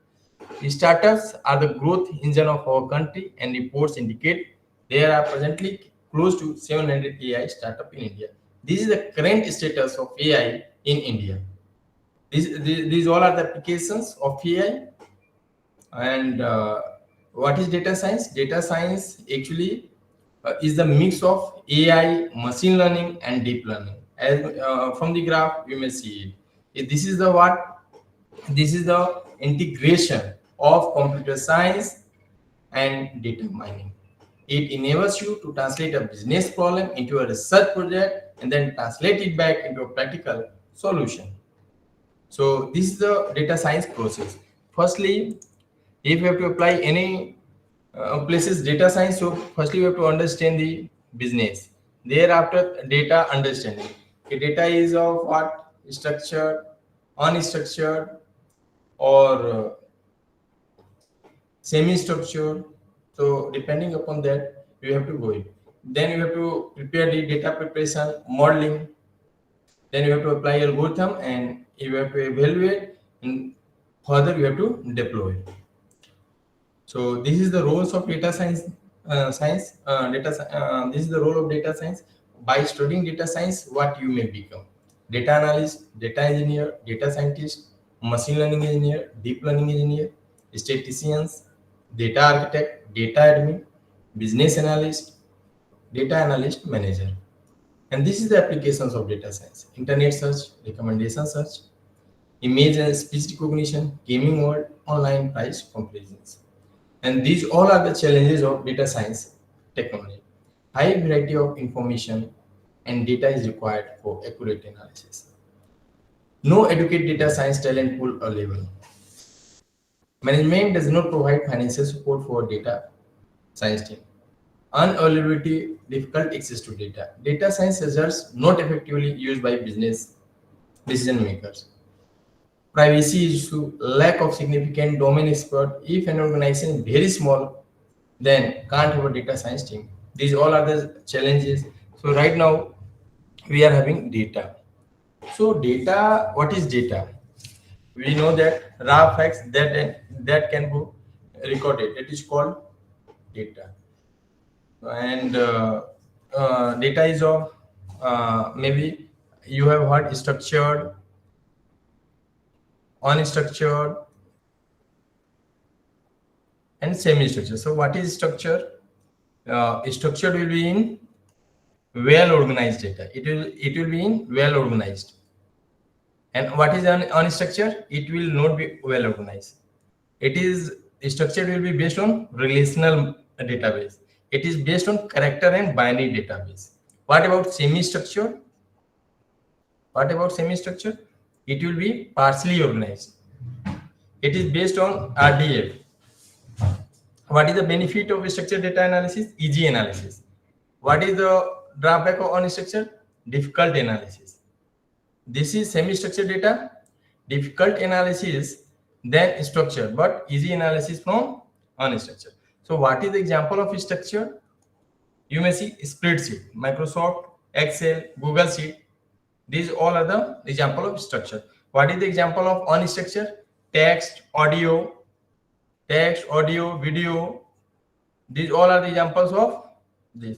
What is the example of semi-structured? Maybe website, because it contains both the structure and unstructured data set.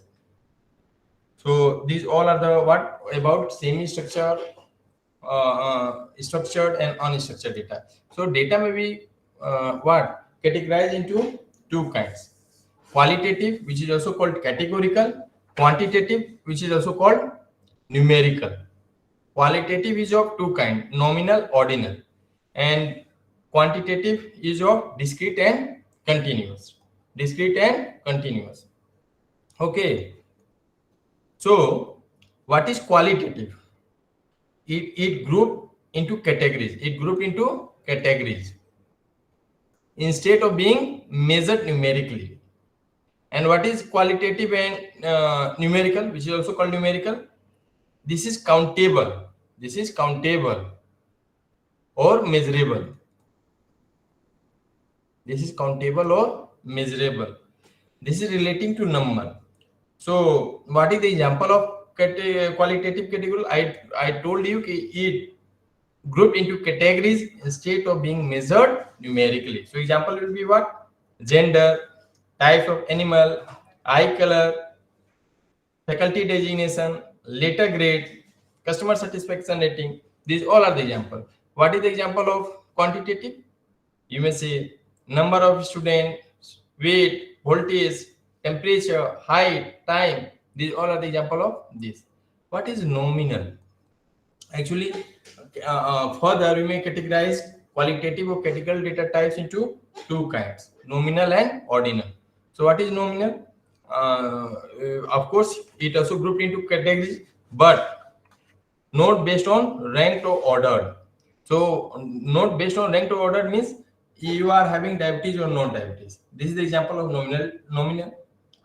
Gender, types of animal, hair color, religion, marital status. These all are the nominal. What is ordinal? I told you it grouped into categories, but based on ranked order. What is the meaning of ranked order? Just like education level. Education level, you are primary pass, intermediate pass, graduate.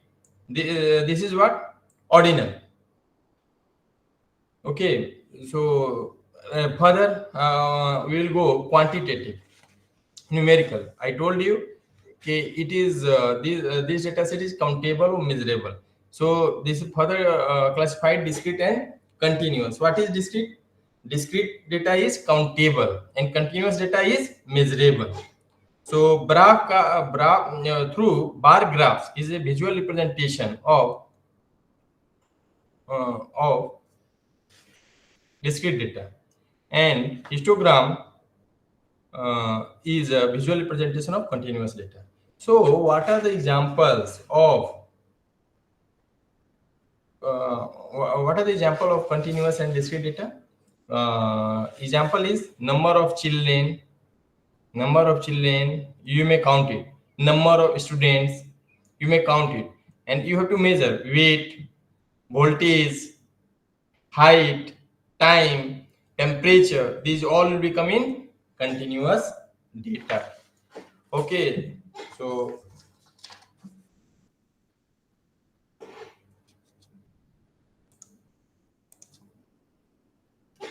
machine learning. Previously we have studied that what is AI.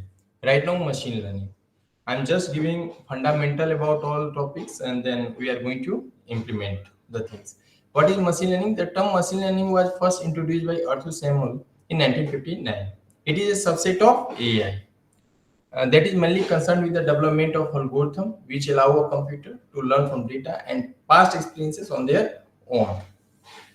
It is being used for various tasks such as image recognition, speech recognition, email filtering, Facebook auto taking, recommender system. So, question is, what is the difference between AI and data science? Where we use AI and data science?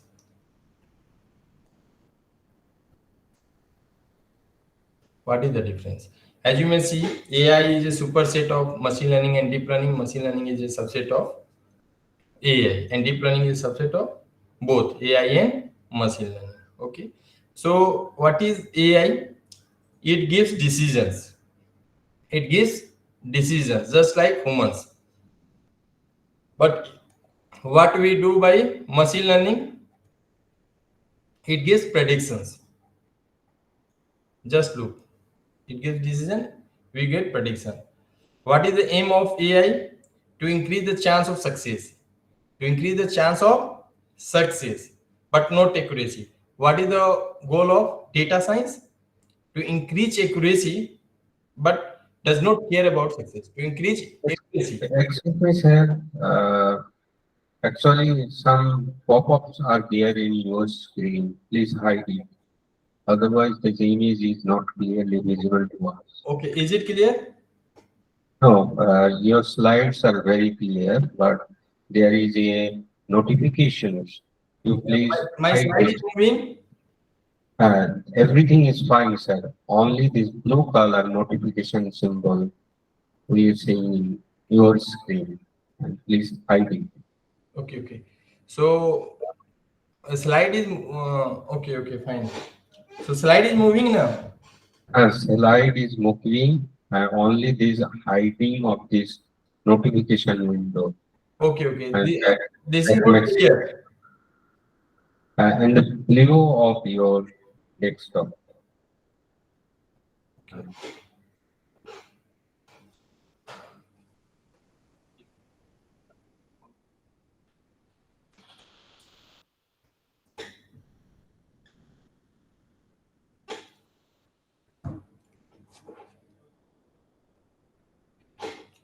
So I was just telling you AI and AI versus machine learning. So I was telling you AI gives decisions, and by ML we will get predictions. In AI, goal is what? Increase chance of success, not accuracy. But what in machine learning? Increase accuracy, but does not care about success. So yeah, as you have seen in AI, it will give solution whether it is optimal or it will finding the optimal solution. But ML will go for solution, but whether it is optimal or not, there is no guarantee. AI, it leads to intelligence or wisdom, but ML leads to what? Knowledge. So features of machine learning is it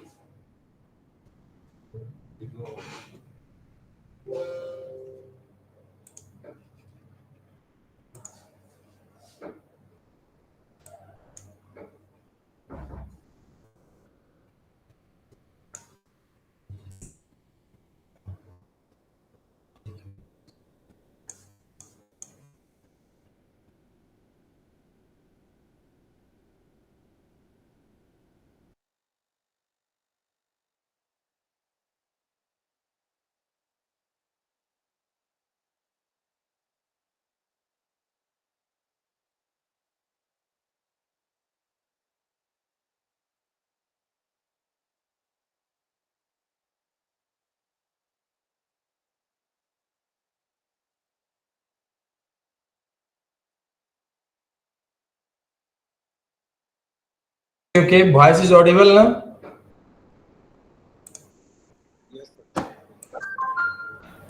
Ji sir, audible. Yes, sir.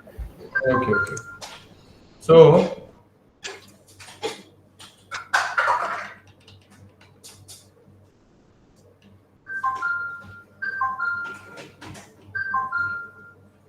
I was just discussing. I discussed and yeah, features of. I was discussing features of machine learning. So it uses the data to detect various patterns in a given data set. It can learn from past data and improve automatically.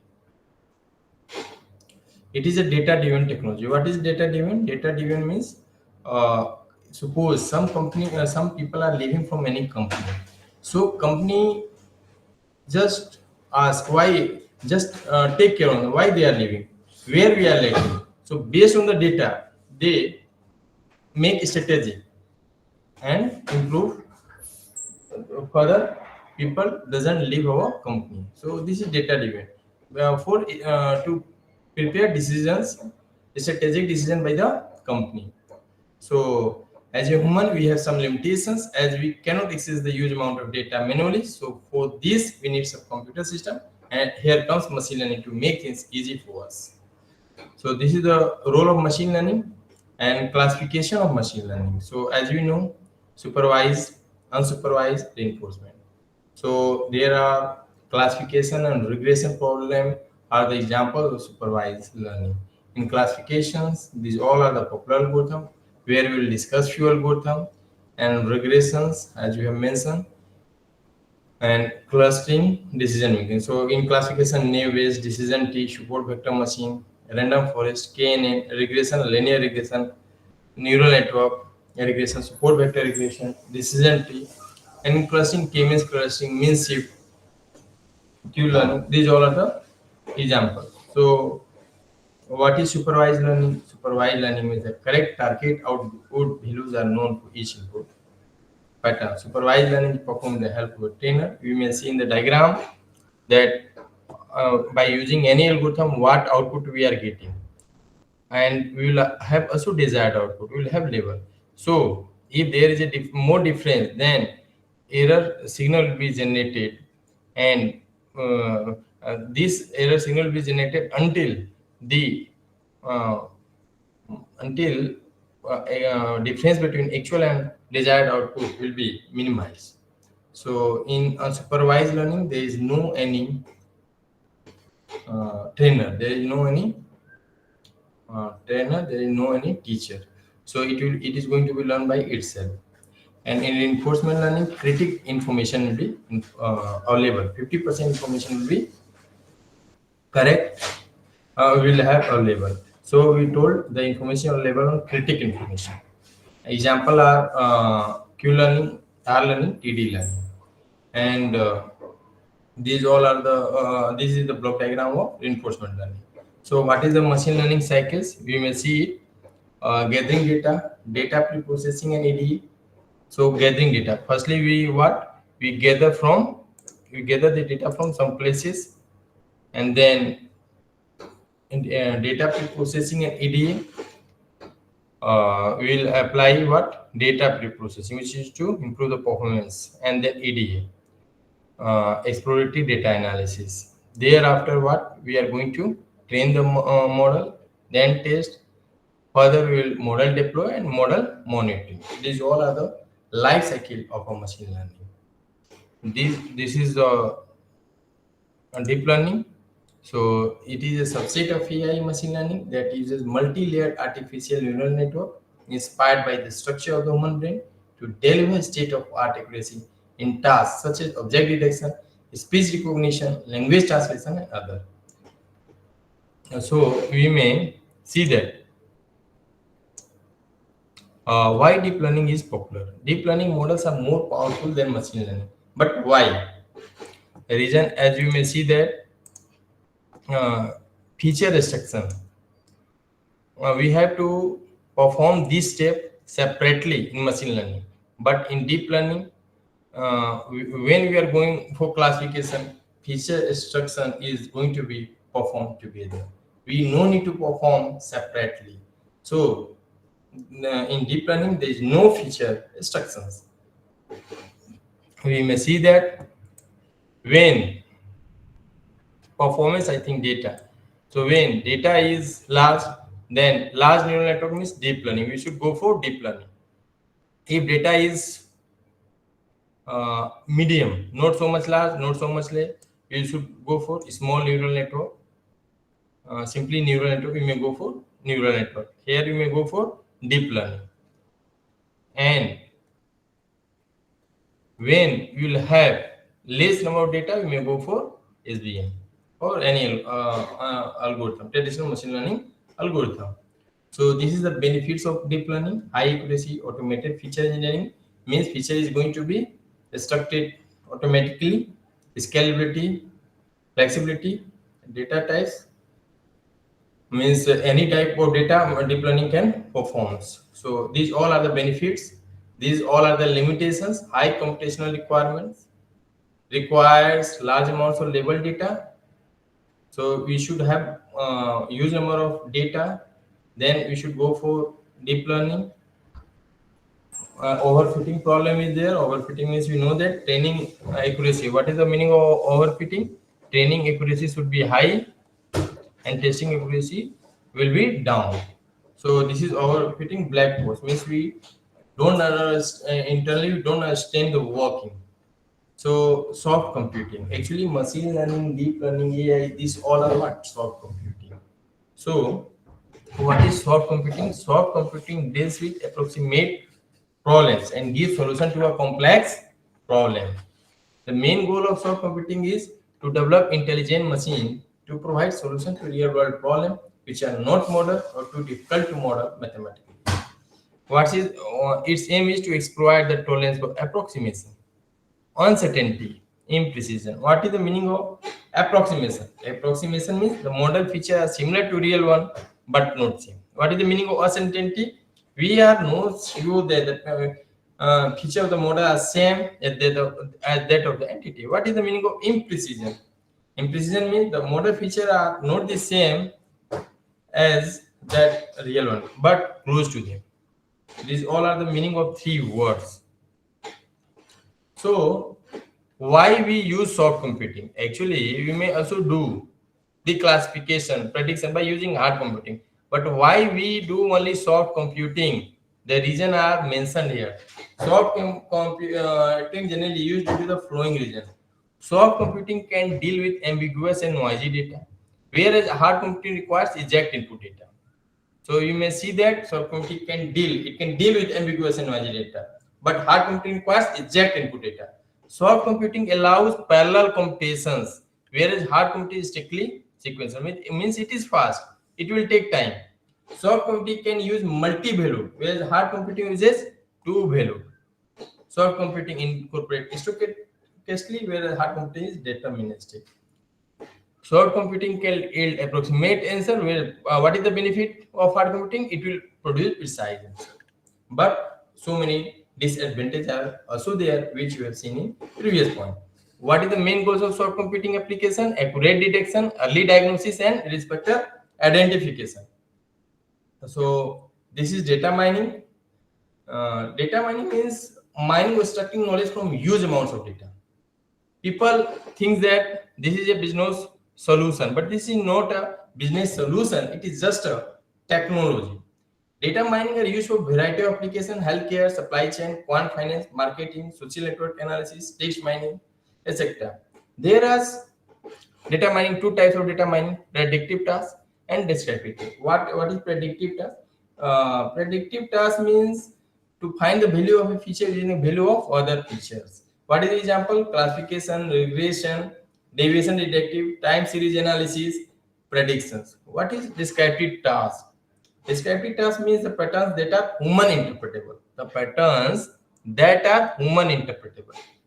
And these all are the example. Association, rule, clustering, sequential rule discovering, summarizing. These all are the examples. So right now, what is classification? We are going to perform in GUI tool, Vika. We'll perform classification. So we should firstly get what is classification. We have seen that classification and regression. Both are the example of supervised learning. Okay, so we know that the classification is supervised learning. But firstly, we will see the definition. Here, the grouping, this is the definition of both classification and clustering. The grouping together of similar things into different segments based on common qualities or attribute. This is the definition of both classification and clustering. What is classification? Classification is supervised learning method. That is, the training data has to specify what is to be learned.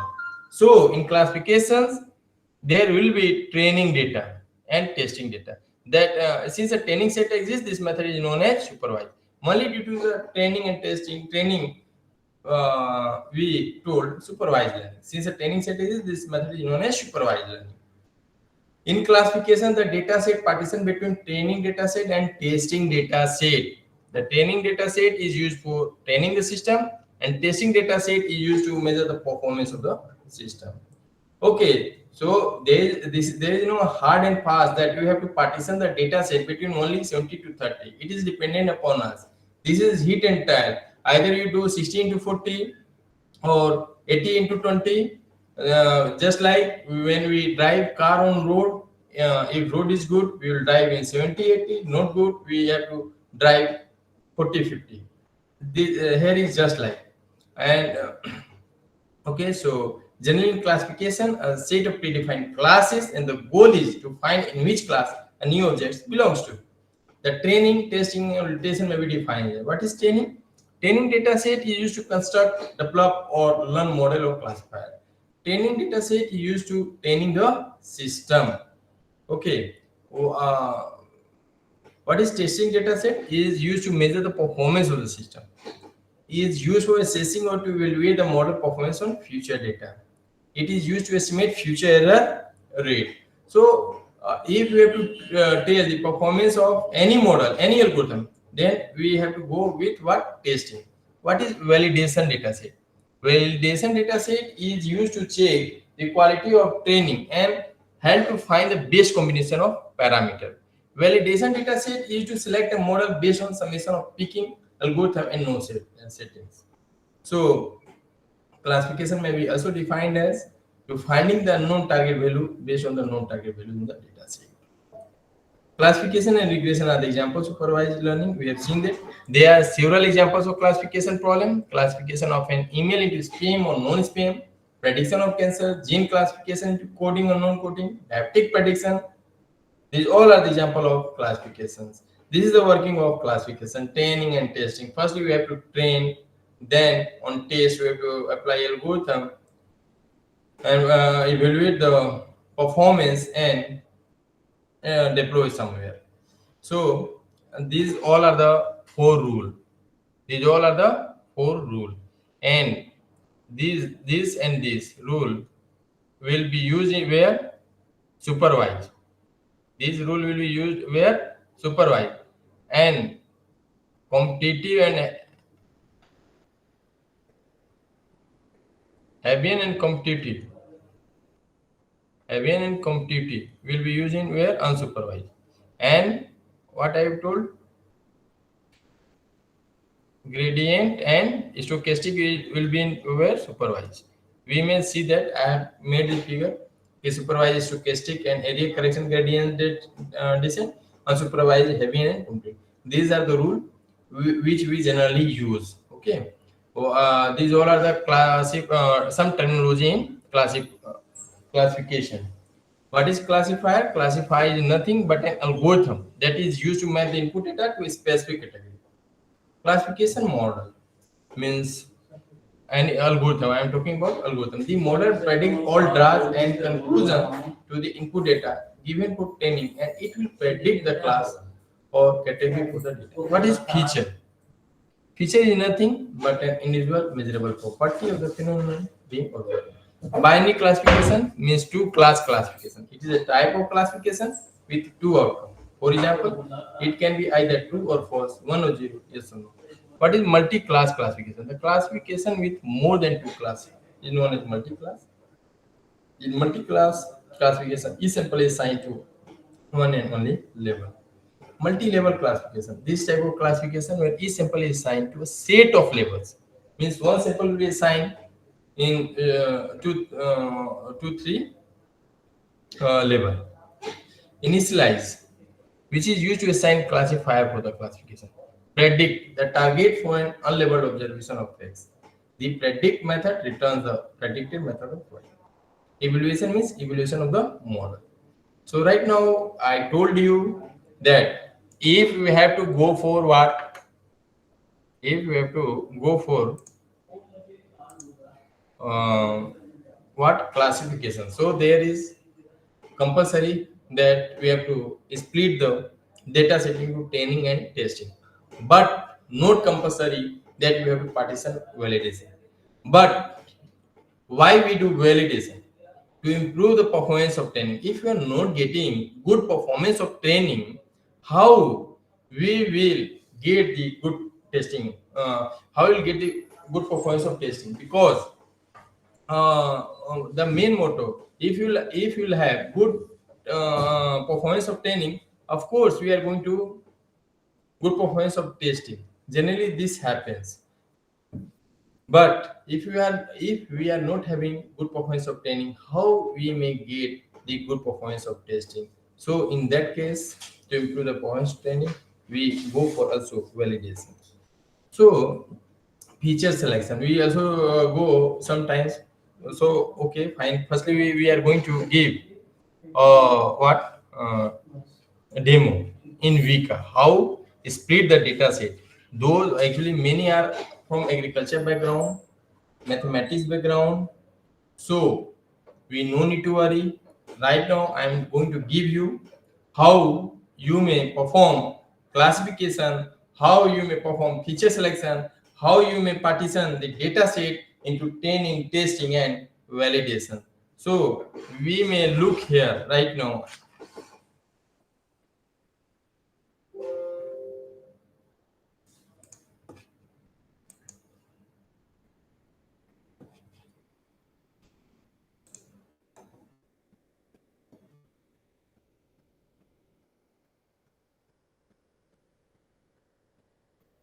I think my slide is visible. Yes. Yes, sir. Yeah. So, yeah, this is Vika. Well, I will later tell about what is Vika. Just this is a GUI tool. Only know this is a GUI tool. Those who are not good in, I'm telling you, okay, we are having 186 registration. Out of 186, more than 50 candidates.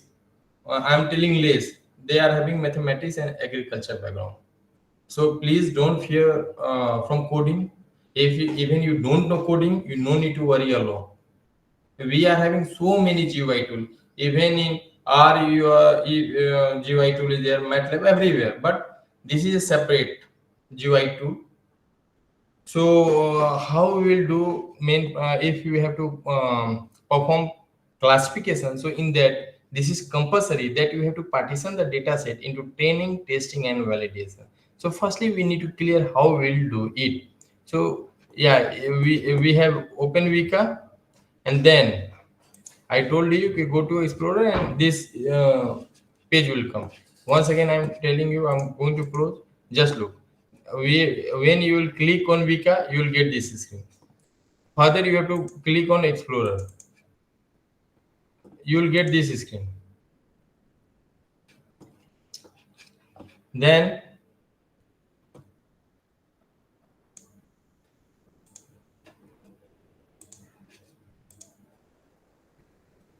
what you have to do? You have to go in Open File, where the data set. But when you are going for Vika, the data should be in ARFF format, not in CSV or any format. ARFF means attribute relation file format.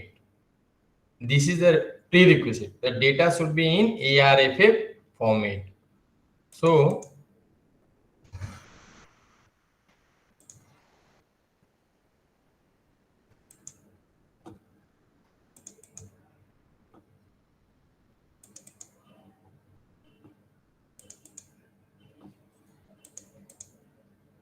suppose I am taking UCI repository dataset, which is very popular dataset, available in Kaggle everywhere.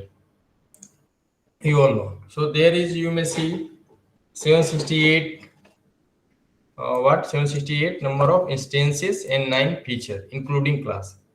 Neither only 8 features are available and this. Okay. So I told you firstly how to partition data set into training, testing, and validation. I have to go for that. So what you have to do, you have to go choose. Firstly, choose. Okay, then go to filters. Then go to where choose unsupervised. Then go instance. You have to go there. Further, what you have to do? You have to go resample. And then you have to go, you have to click, double click. Okay. Then what you have to do? You have to do no replacement true. Just do it true. And if you have to partition data set, is there any issue? If you have to partition data set, suppose 60 and 2020, we are going for all training, testing, and validation. Just do it training. Okay. And then apply. And you may do it what? Save. And right here, train diabetes. Okay. You have done save. What further? What you have to do? Just go for undo. Then resample. Invert selection. Do it true. Then okay. Apply.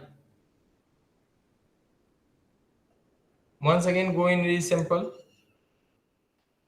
Invert selection. False.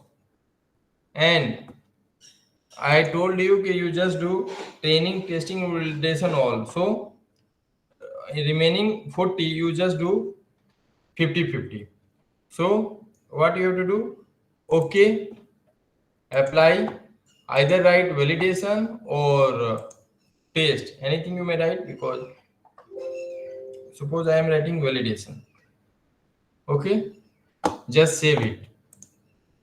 You have saved it. Then once again you have to do what you have to do. You have to go undo, revert, and then you have to go for in this, and then invert selection true. Okay, apply, save, test.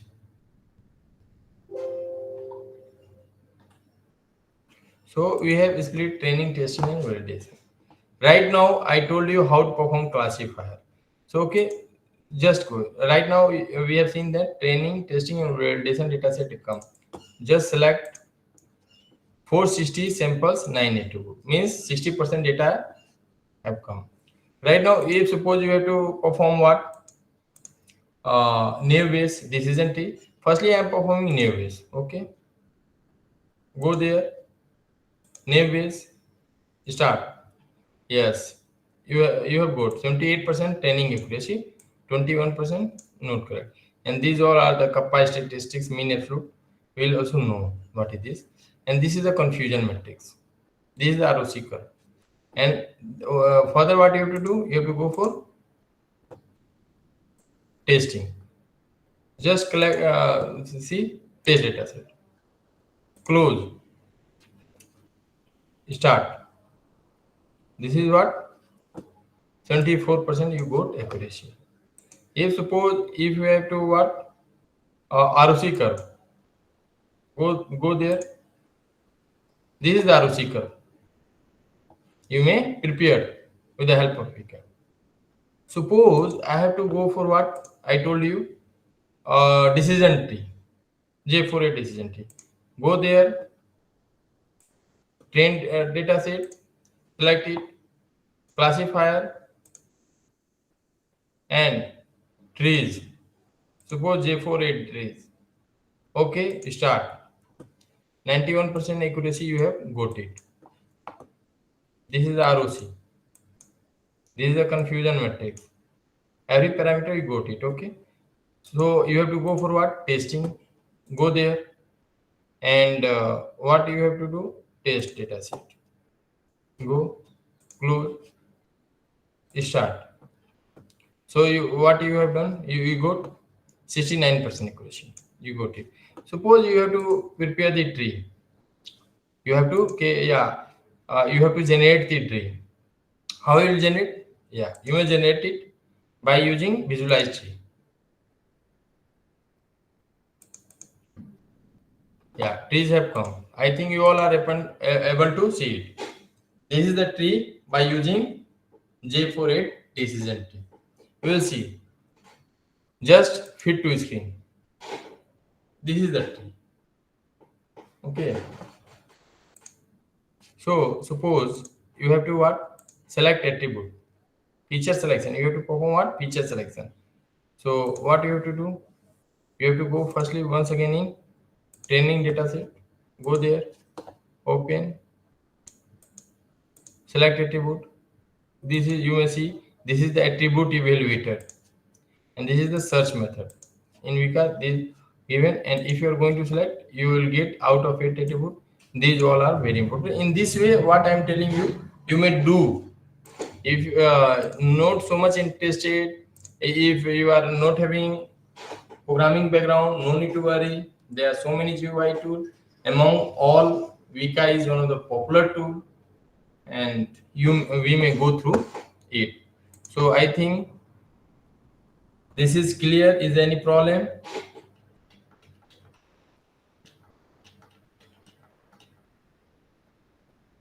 So I am proceeding further. My voice is audible? Sir. Yes, sir, your voice is clear. Yes. So, is there any question, participant? Any questions? So I'll go proceed further, and we'll see in Google Colab. I'm also going to give you answer session in Google Colab. Yeah, tell me, is there any problem? So this is any problem? Okay. So what is Vika? Is Yeah. question? Is there any question? Participants and my dear student?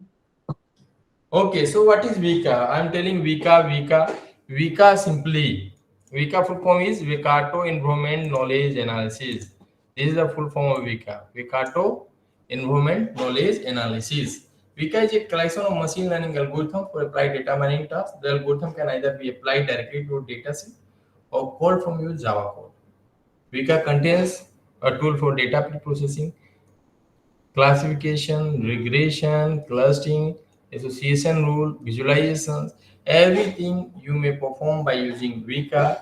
You may perform feature selection as I have shown you.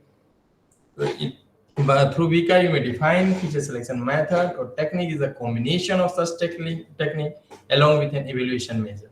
The Vika tool provides a feature selection technique which is separated in two parts: attribute evaluator, search method. What is attribute evaluator? The method is by which attribute subset are evaluated or estimated. So I told you previously that Vika uses ARFA format. Your data should be in ARFA format. If this is not in ARFA format, you may not use Vika. So firstly, if your data set is in any format, suppose in CSV, convert into ARFA format. So what is search method? Search method means searching the set of all possible features in order to find the base set of features. And these all are the example: base, first, genetic, gritty. This is the search method. And this is the I have written few one line code for in Python. What suppose if you have to remove duplicate values, so what you have to use df drop. You have to remove. Suppose you have to use identify missing values of data frame is null. So and these all I have. This is also known as scalar. Scalar, okay. So pre-processing standard scalar. What is this? Scalar. This is the what library. This is the functions. So you may see that standardized features by removing the mean and scaling to unit variance.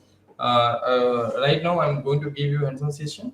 So I have given these all functions are very important in Python. So to perform classifications, we need to know. I have given the descriptions of every functions, so I'm not going to dictate. So you'll get the slide if required. Okay, so I will move it, and I'm going to perform in Vika. I have performed this. In Vika, I have performed this by using this data set. Only I have given you what experimental work, and in Google Colab, I am going to do it only through what, by this data set. In Google Colab, we are going to give association only by this data set. So in this data set, you may see number of instances 768, number of attribute 8, plus 1 class, including then 9. You may see all persons in the database are women, at least 21-year-old women are there. And this was the data set of Arizona, USA. Actually, out of 768 patients, 268 were having the diabetes. So this was a subject of research, and many research have been carried out in this data set.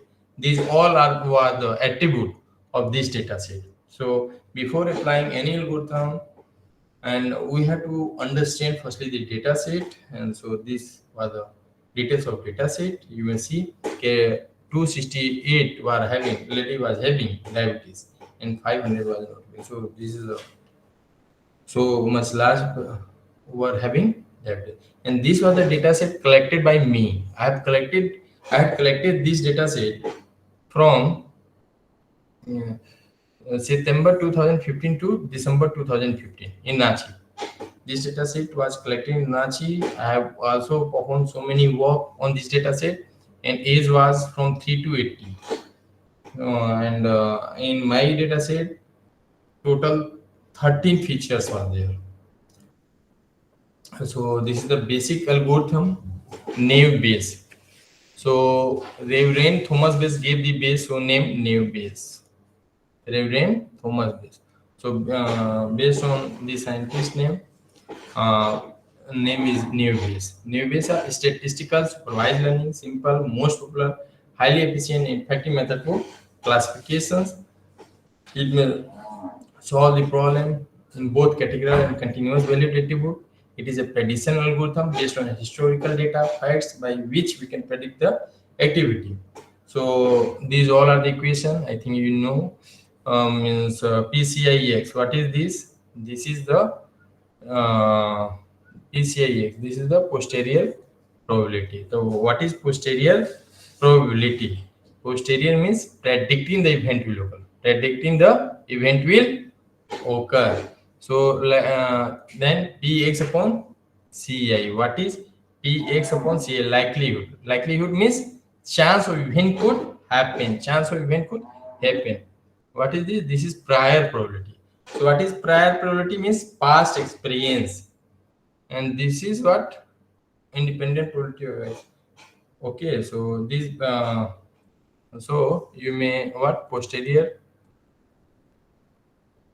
equal to prior into likelihood upon evidence. So I have told what prior means past experience, likelihood means chance of event could happen, evidence means number of cases where the event occurs alone, posterior means predicting the event will occur. This was the details. And suppose this is the pseudocode of result yes equal to p fit, result no equal to p fit. This suppose, and we have to firstly PS means total number of yes upon total number of samples. P no means total number of no total. P fit is total medicine corresponding. Yeah, we got it. So right now, P fit result yes. Suppose we are having what 768. We have seen data set 500 tested negative, 268 tested positive. So result yes means 268. So 268. How many are correct? Okay. So we have to just write result means upon 500 we have to write. And here result S equal to result S into feed. Suppose 268 260 was having, so 200 upon 268 into 268 upon 768. Result P no. What will be P no? 500 upon 768 into upon. So in this way, actually, Navier algorithm works. We may see if you want. Actually, I want to give you hands-on session. So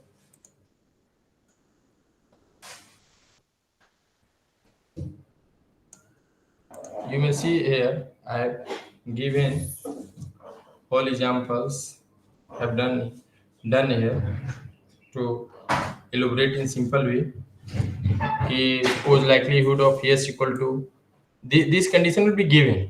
We have to just keep the value. Suppose p out likelihood this I'm telling that these assumptions will be given and we have assumed it. Suppose p outlook equal to rainy yes p temp you may see p outlook will go. This is the data set. Wow, these all are the attribute and this is the and outlook. So you have to see from the data set and keep the value and normalize. So in this way, actually it will work. I'm not going because this is okay. So and precision, recall, depth measure. These all are the parameters to perform any classification algorithm. Kappa statistics, mean absolute error rule in each one. This is just this have been performed only by using VCA. I have just put up the result by using VCA only. Okay, and this is a decision tree. I want to go in what in hands-on session in Google Colab. So I am going to skip this slide. Neither time is going to be over. So this is SVM, and I will going to give only linear kernel SVM. So what is support vector machine is Wapnick firstly proposed SVM 1995. SVM a supervised machine learning model approach that is associated with learning algorithm which analyze data, recognize pattern, and are used for classification as well as regression analysis. SVM construct hyperplane or decision surface that classify the data with largest margin. The decision surface that maximizes the margin of the training set will minimize the generalization error. So if data is non-linear, SVM do not achieve classification task. To overcome this limitation, the support vector are transformed into higher dimensional feature space, which is introduced by kernel function. Here by support vector means the training point data nearest to the separating function called support vector. Kernel is used for non-separable problem into separable and map data into better representation space. So you may see here how we will going to kernel function. So polynomial kernel, actually two parameter will be there in polynomial kernel, double degree and gamma. You may see I have summarized here. Suppose sigmoid, gamma and double will be there. Gamma and double coefficient will be there. And polynomial, I have told a whole, double degree gamma coefficient. You may see whole will be there. Polynomial, whole, polynomial. These all three parameters will be there. In sigmoidal, only two, and in RBF, only one. And linear kernel will have no parameter. Linear kernel will have no parameter. So I have performed all the kernel by using only VCA. These all are the result through only that. So I am going to give you implementation of linear kernel SVM in Google Colab. Just 5 minutes, then we are going to end this sessions. Okay. So how we will perform?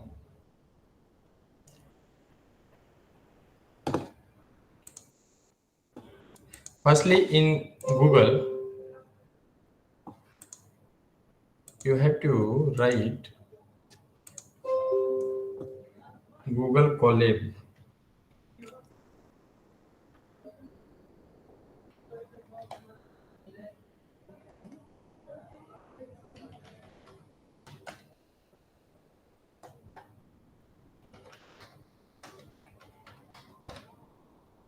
You write it Google Colab.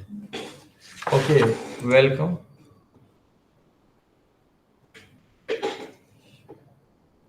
So what you have to do? Suppose I'm going to upload one. Actually, I have implemented. So not so much time. So what you have to do? You have to just type Google Colab on Google, and just what if you are signed through Gmail ID, you are going to directly connect it. Note, then you have to what you have to do. You have to sign your Google ID. So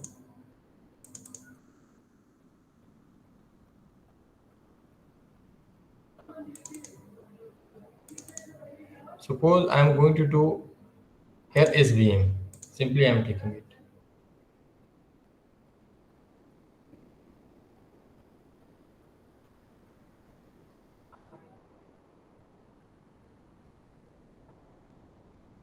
Okay, so I'm also going to upload data set.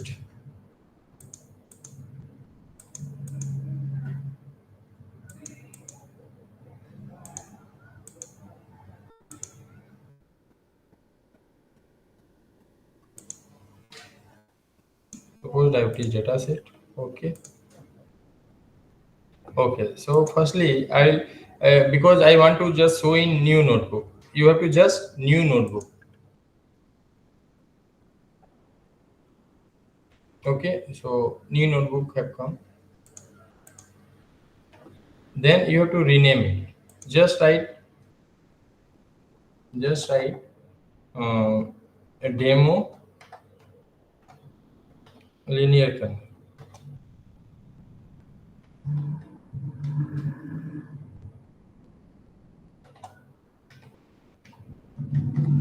Demo linear kernel. Okay. So okay. Then save. And I have open here. Directly I will copy all this and copy save. Paste here. Okay, I have pasted. So if we have to run this, what you have to do? Shift enter. We have to just perform shift enter. You have done, then this all code is going to be executed.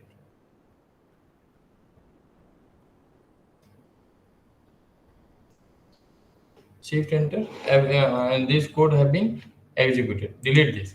If you have to write some text, what you have to do? Just suppose firstly numpy. What is numpy? So you just write as 1 2 3 4. Okay, numpy. Numpy means numerical Python. We call full form is numerical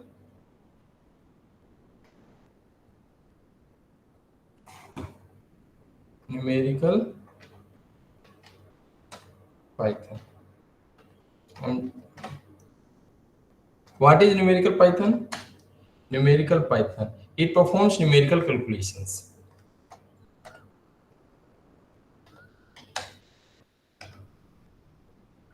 Numerical calculations. Okay, suppose what is pandas? I have told you this is used for working with data set. This is used for working with data set. You may write it. So in this way you have to write. Actually, why I've done this pandas.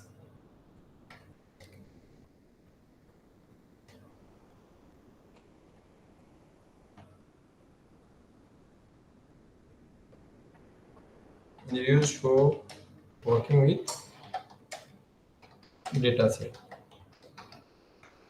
In this way, what is simply I am going to tell you what is standard scalar. So standard scalar standardize features by removing the mean and scaling to unit variance. What is this is used for training, testing, and training and Actually, sir, it is more than 10 minutes, so please you conclude. okay. So I further then what you have to do? We have to go for code. Once again, we may go for code. In this way, you may get the things, and you have to also upload the data set here. We have not uploaded it. Diabetes data set. Just upload here. Okay. So okay. So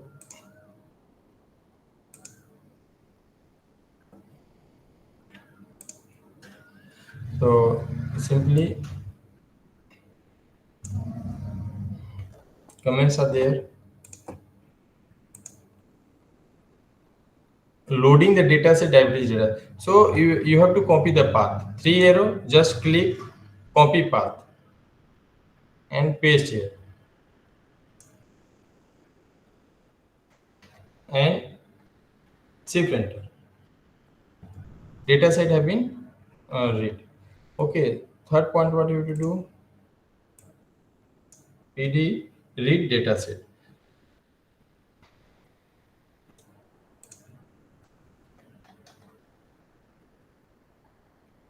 Thereafter,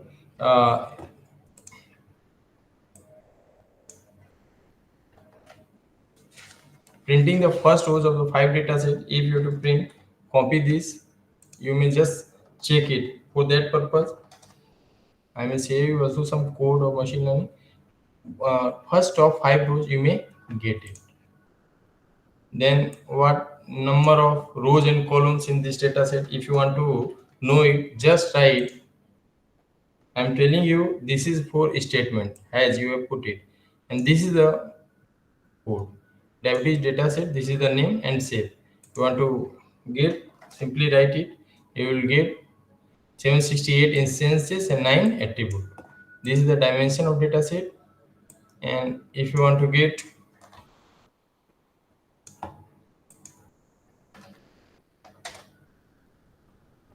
this is the statistical measure of the data, descriptions of data. If you want to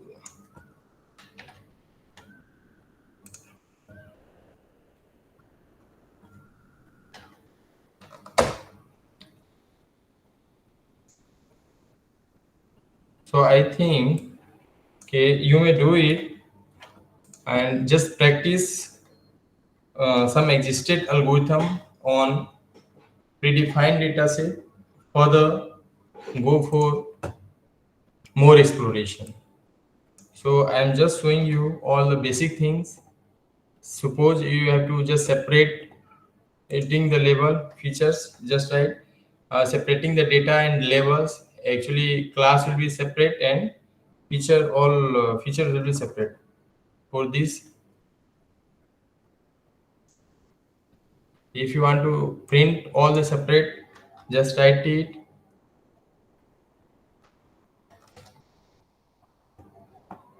You may see class have been removed from here.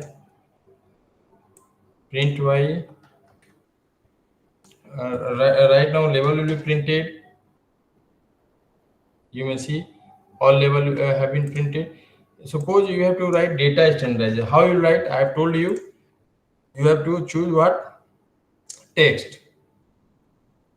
So here remove and just text and shift enter. Scalar.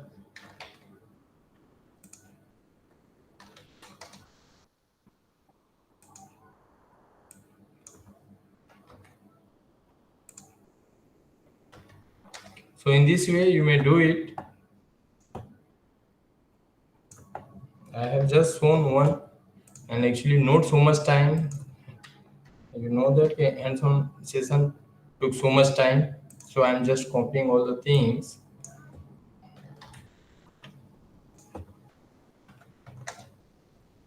You may just data have been standardized and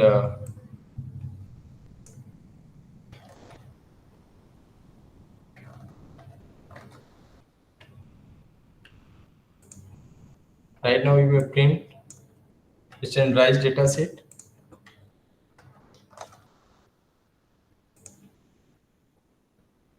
and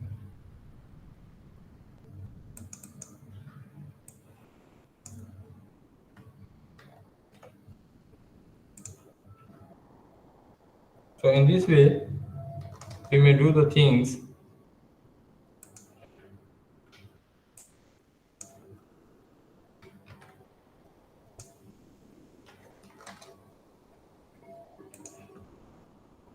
Right now, training the model, just write grid here, write text, copy here,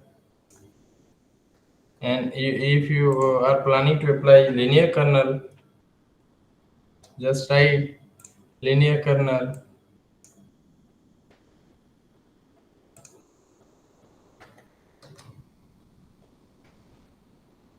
And then if training the support vector machines, just write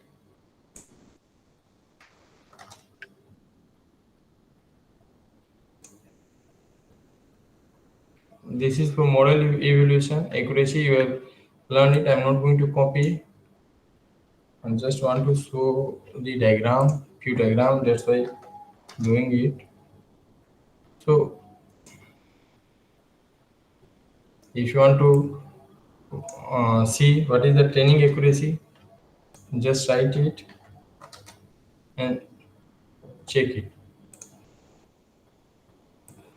Accuracy on test data set. If you want to test, you may test it.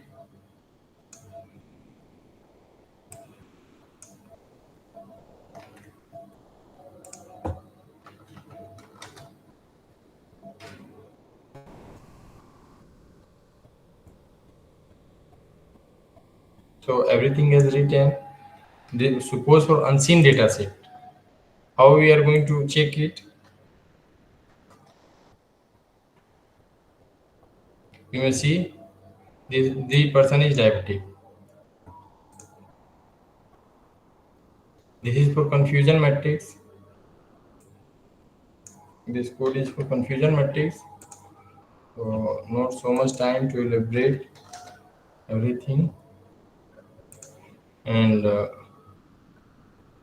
yeah, Seaborn. If you have to generate confusion matrix or heat map diagram, then you have to go for Seaborn.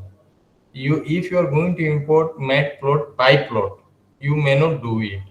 So for advanced visualizations, Seaborn SNS you have to import, and here you have to use Seaborn.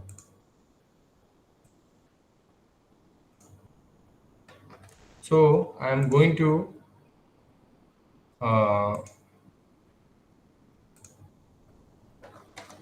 close this session.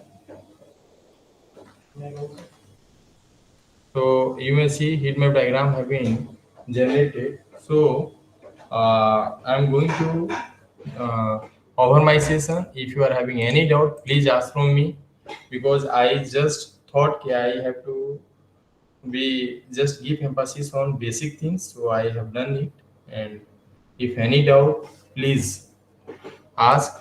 And I saw that many are having mathematics and agriculture background. People are facing in coding. So I have also gone for Viveka. So please, so many GUI tools are there, and we may also opt it if required.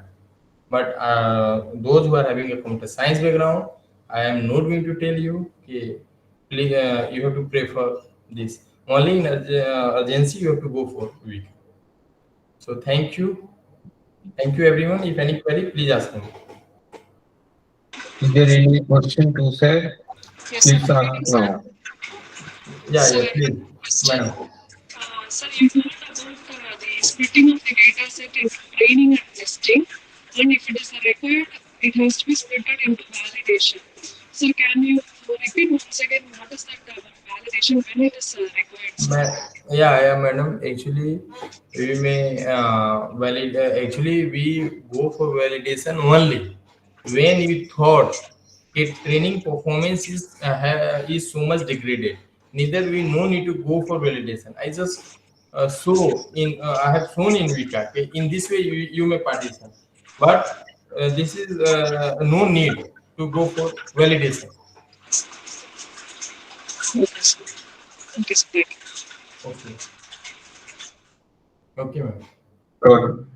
D.K. Chauve, coordinator of the short-term course from the Department of Computer Science, IIIT Bhagalpur. We have, we have discussed so many practical things in your presentations. Your practical approaches using Weka and Google Colab for demonstrating the machine learning applications and AI application was practically simple and easy to understand, effectively showing how these tools can be implemented in real-world problem solving without much more coding on it. Your insightful information and the presentation will help our participants and students to combine the knowledge of this practical and theoretical one into as a practical problem or predictive model design. So thanks a lot to our coordinator once again. I'm thanking all the participants and my dear students. So thanks to all. Tomorrow, as our schedule, we will start as our scheduled time tomorrow. Okay, thanks to all, and thanks to Dr. D.K. Chauve, sir, once again. Thank you, sir. Thank you very much.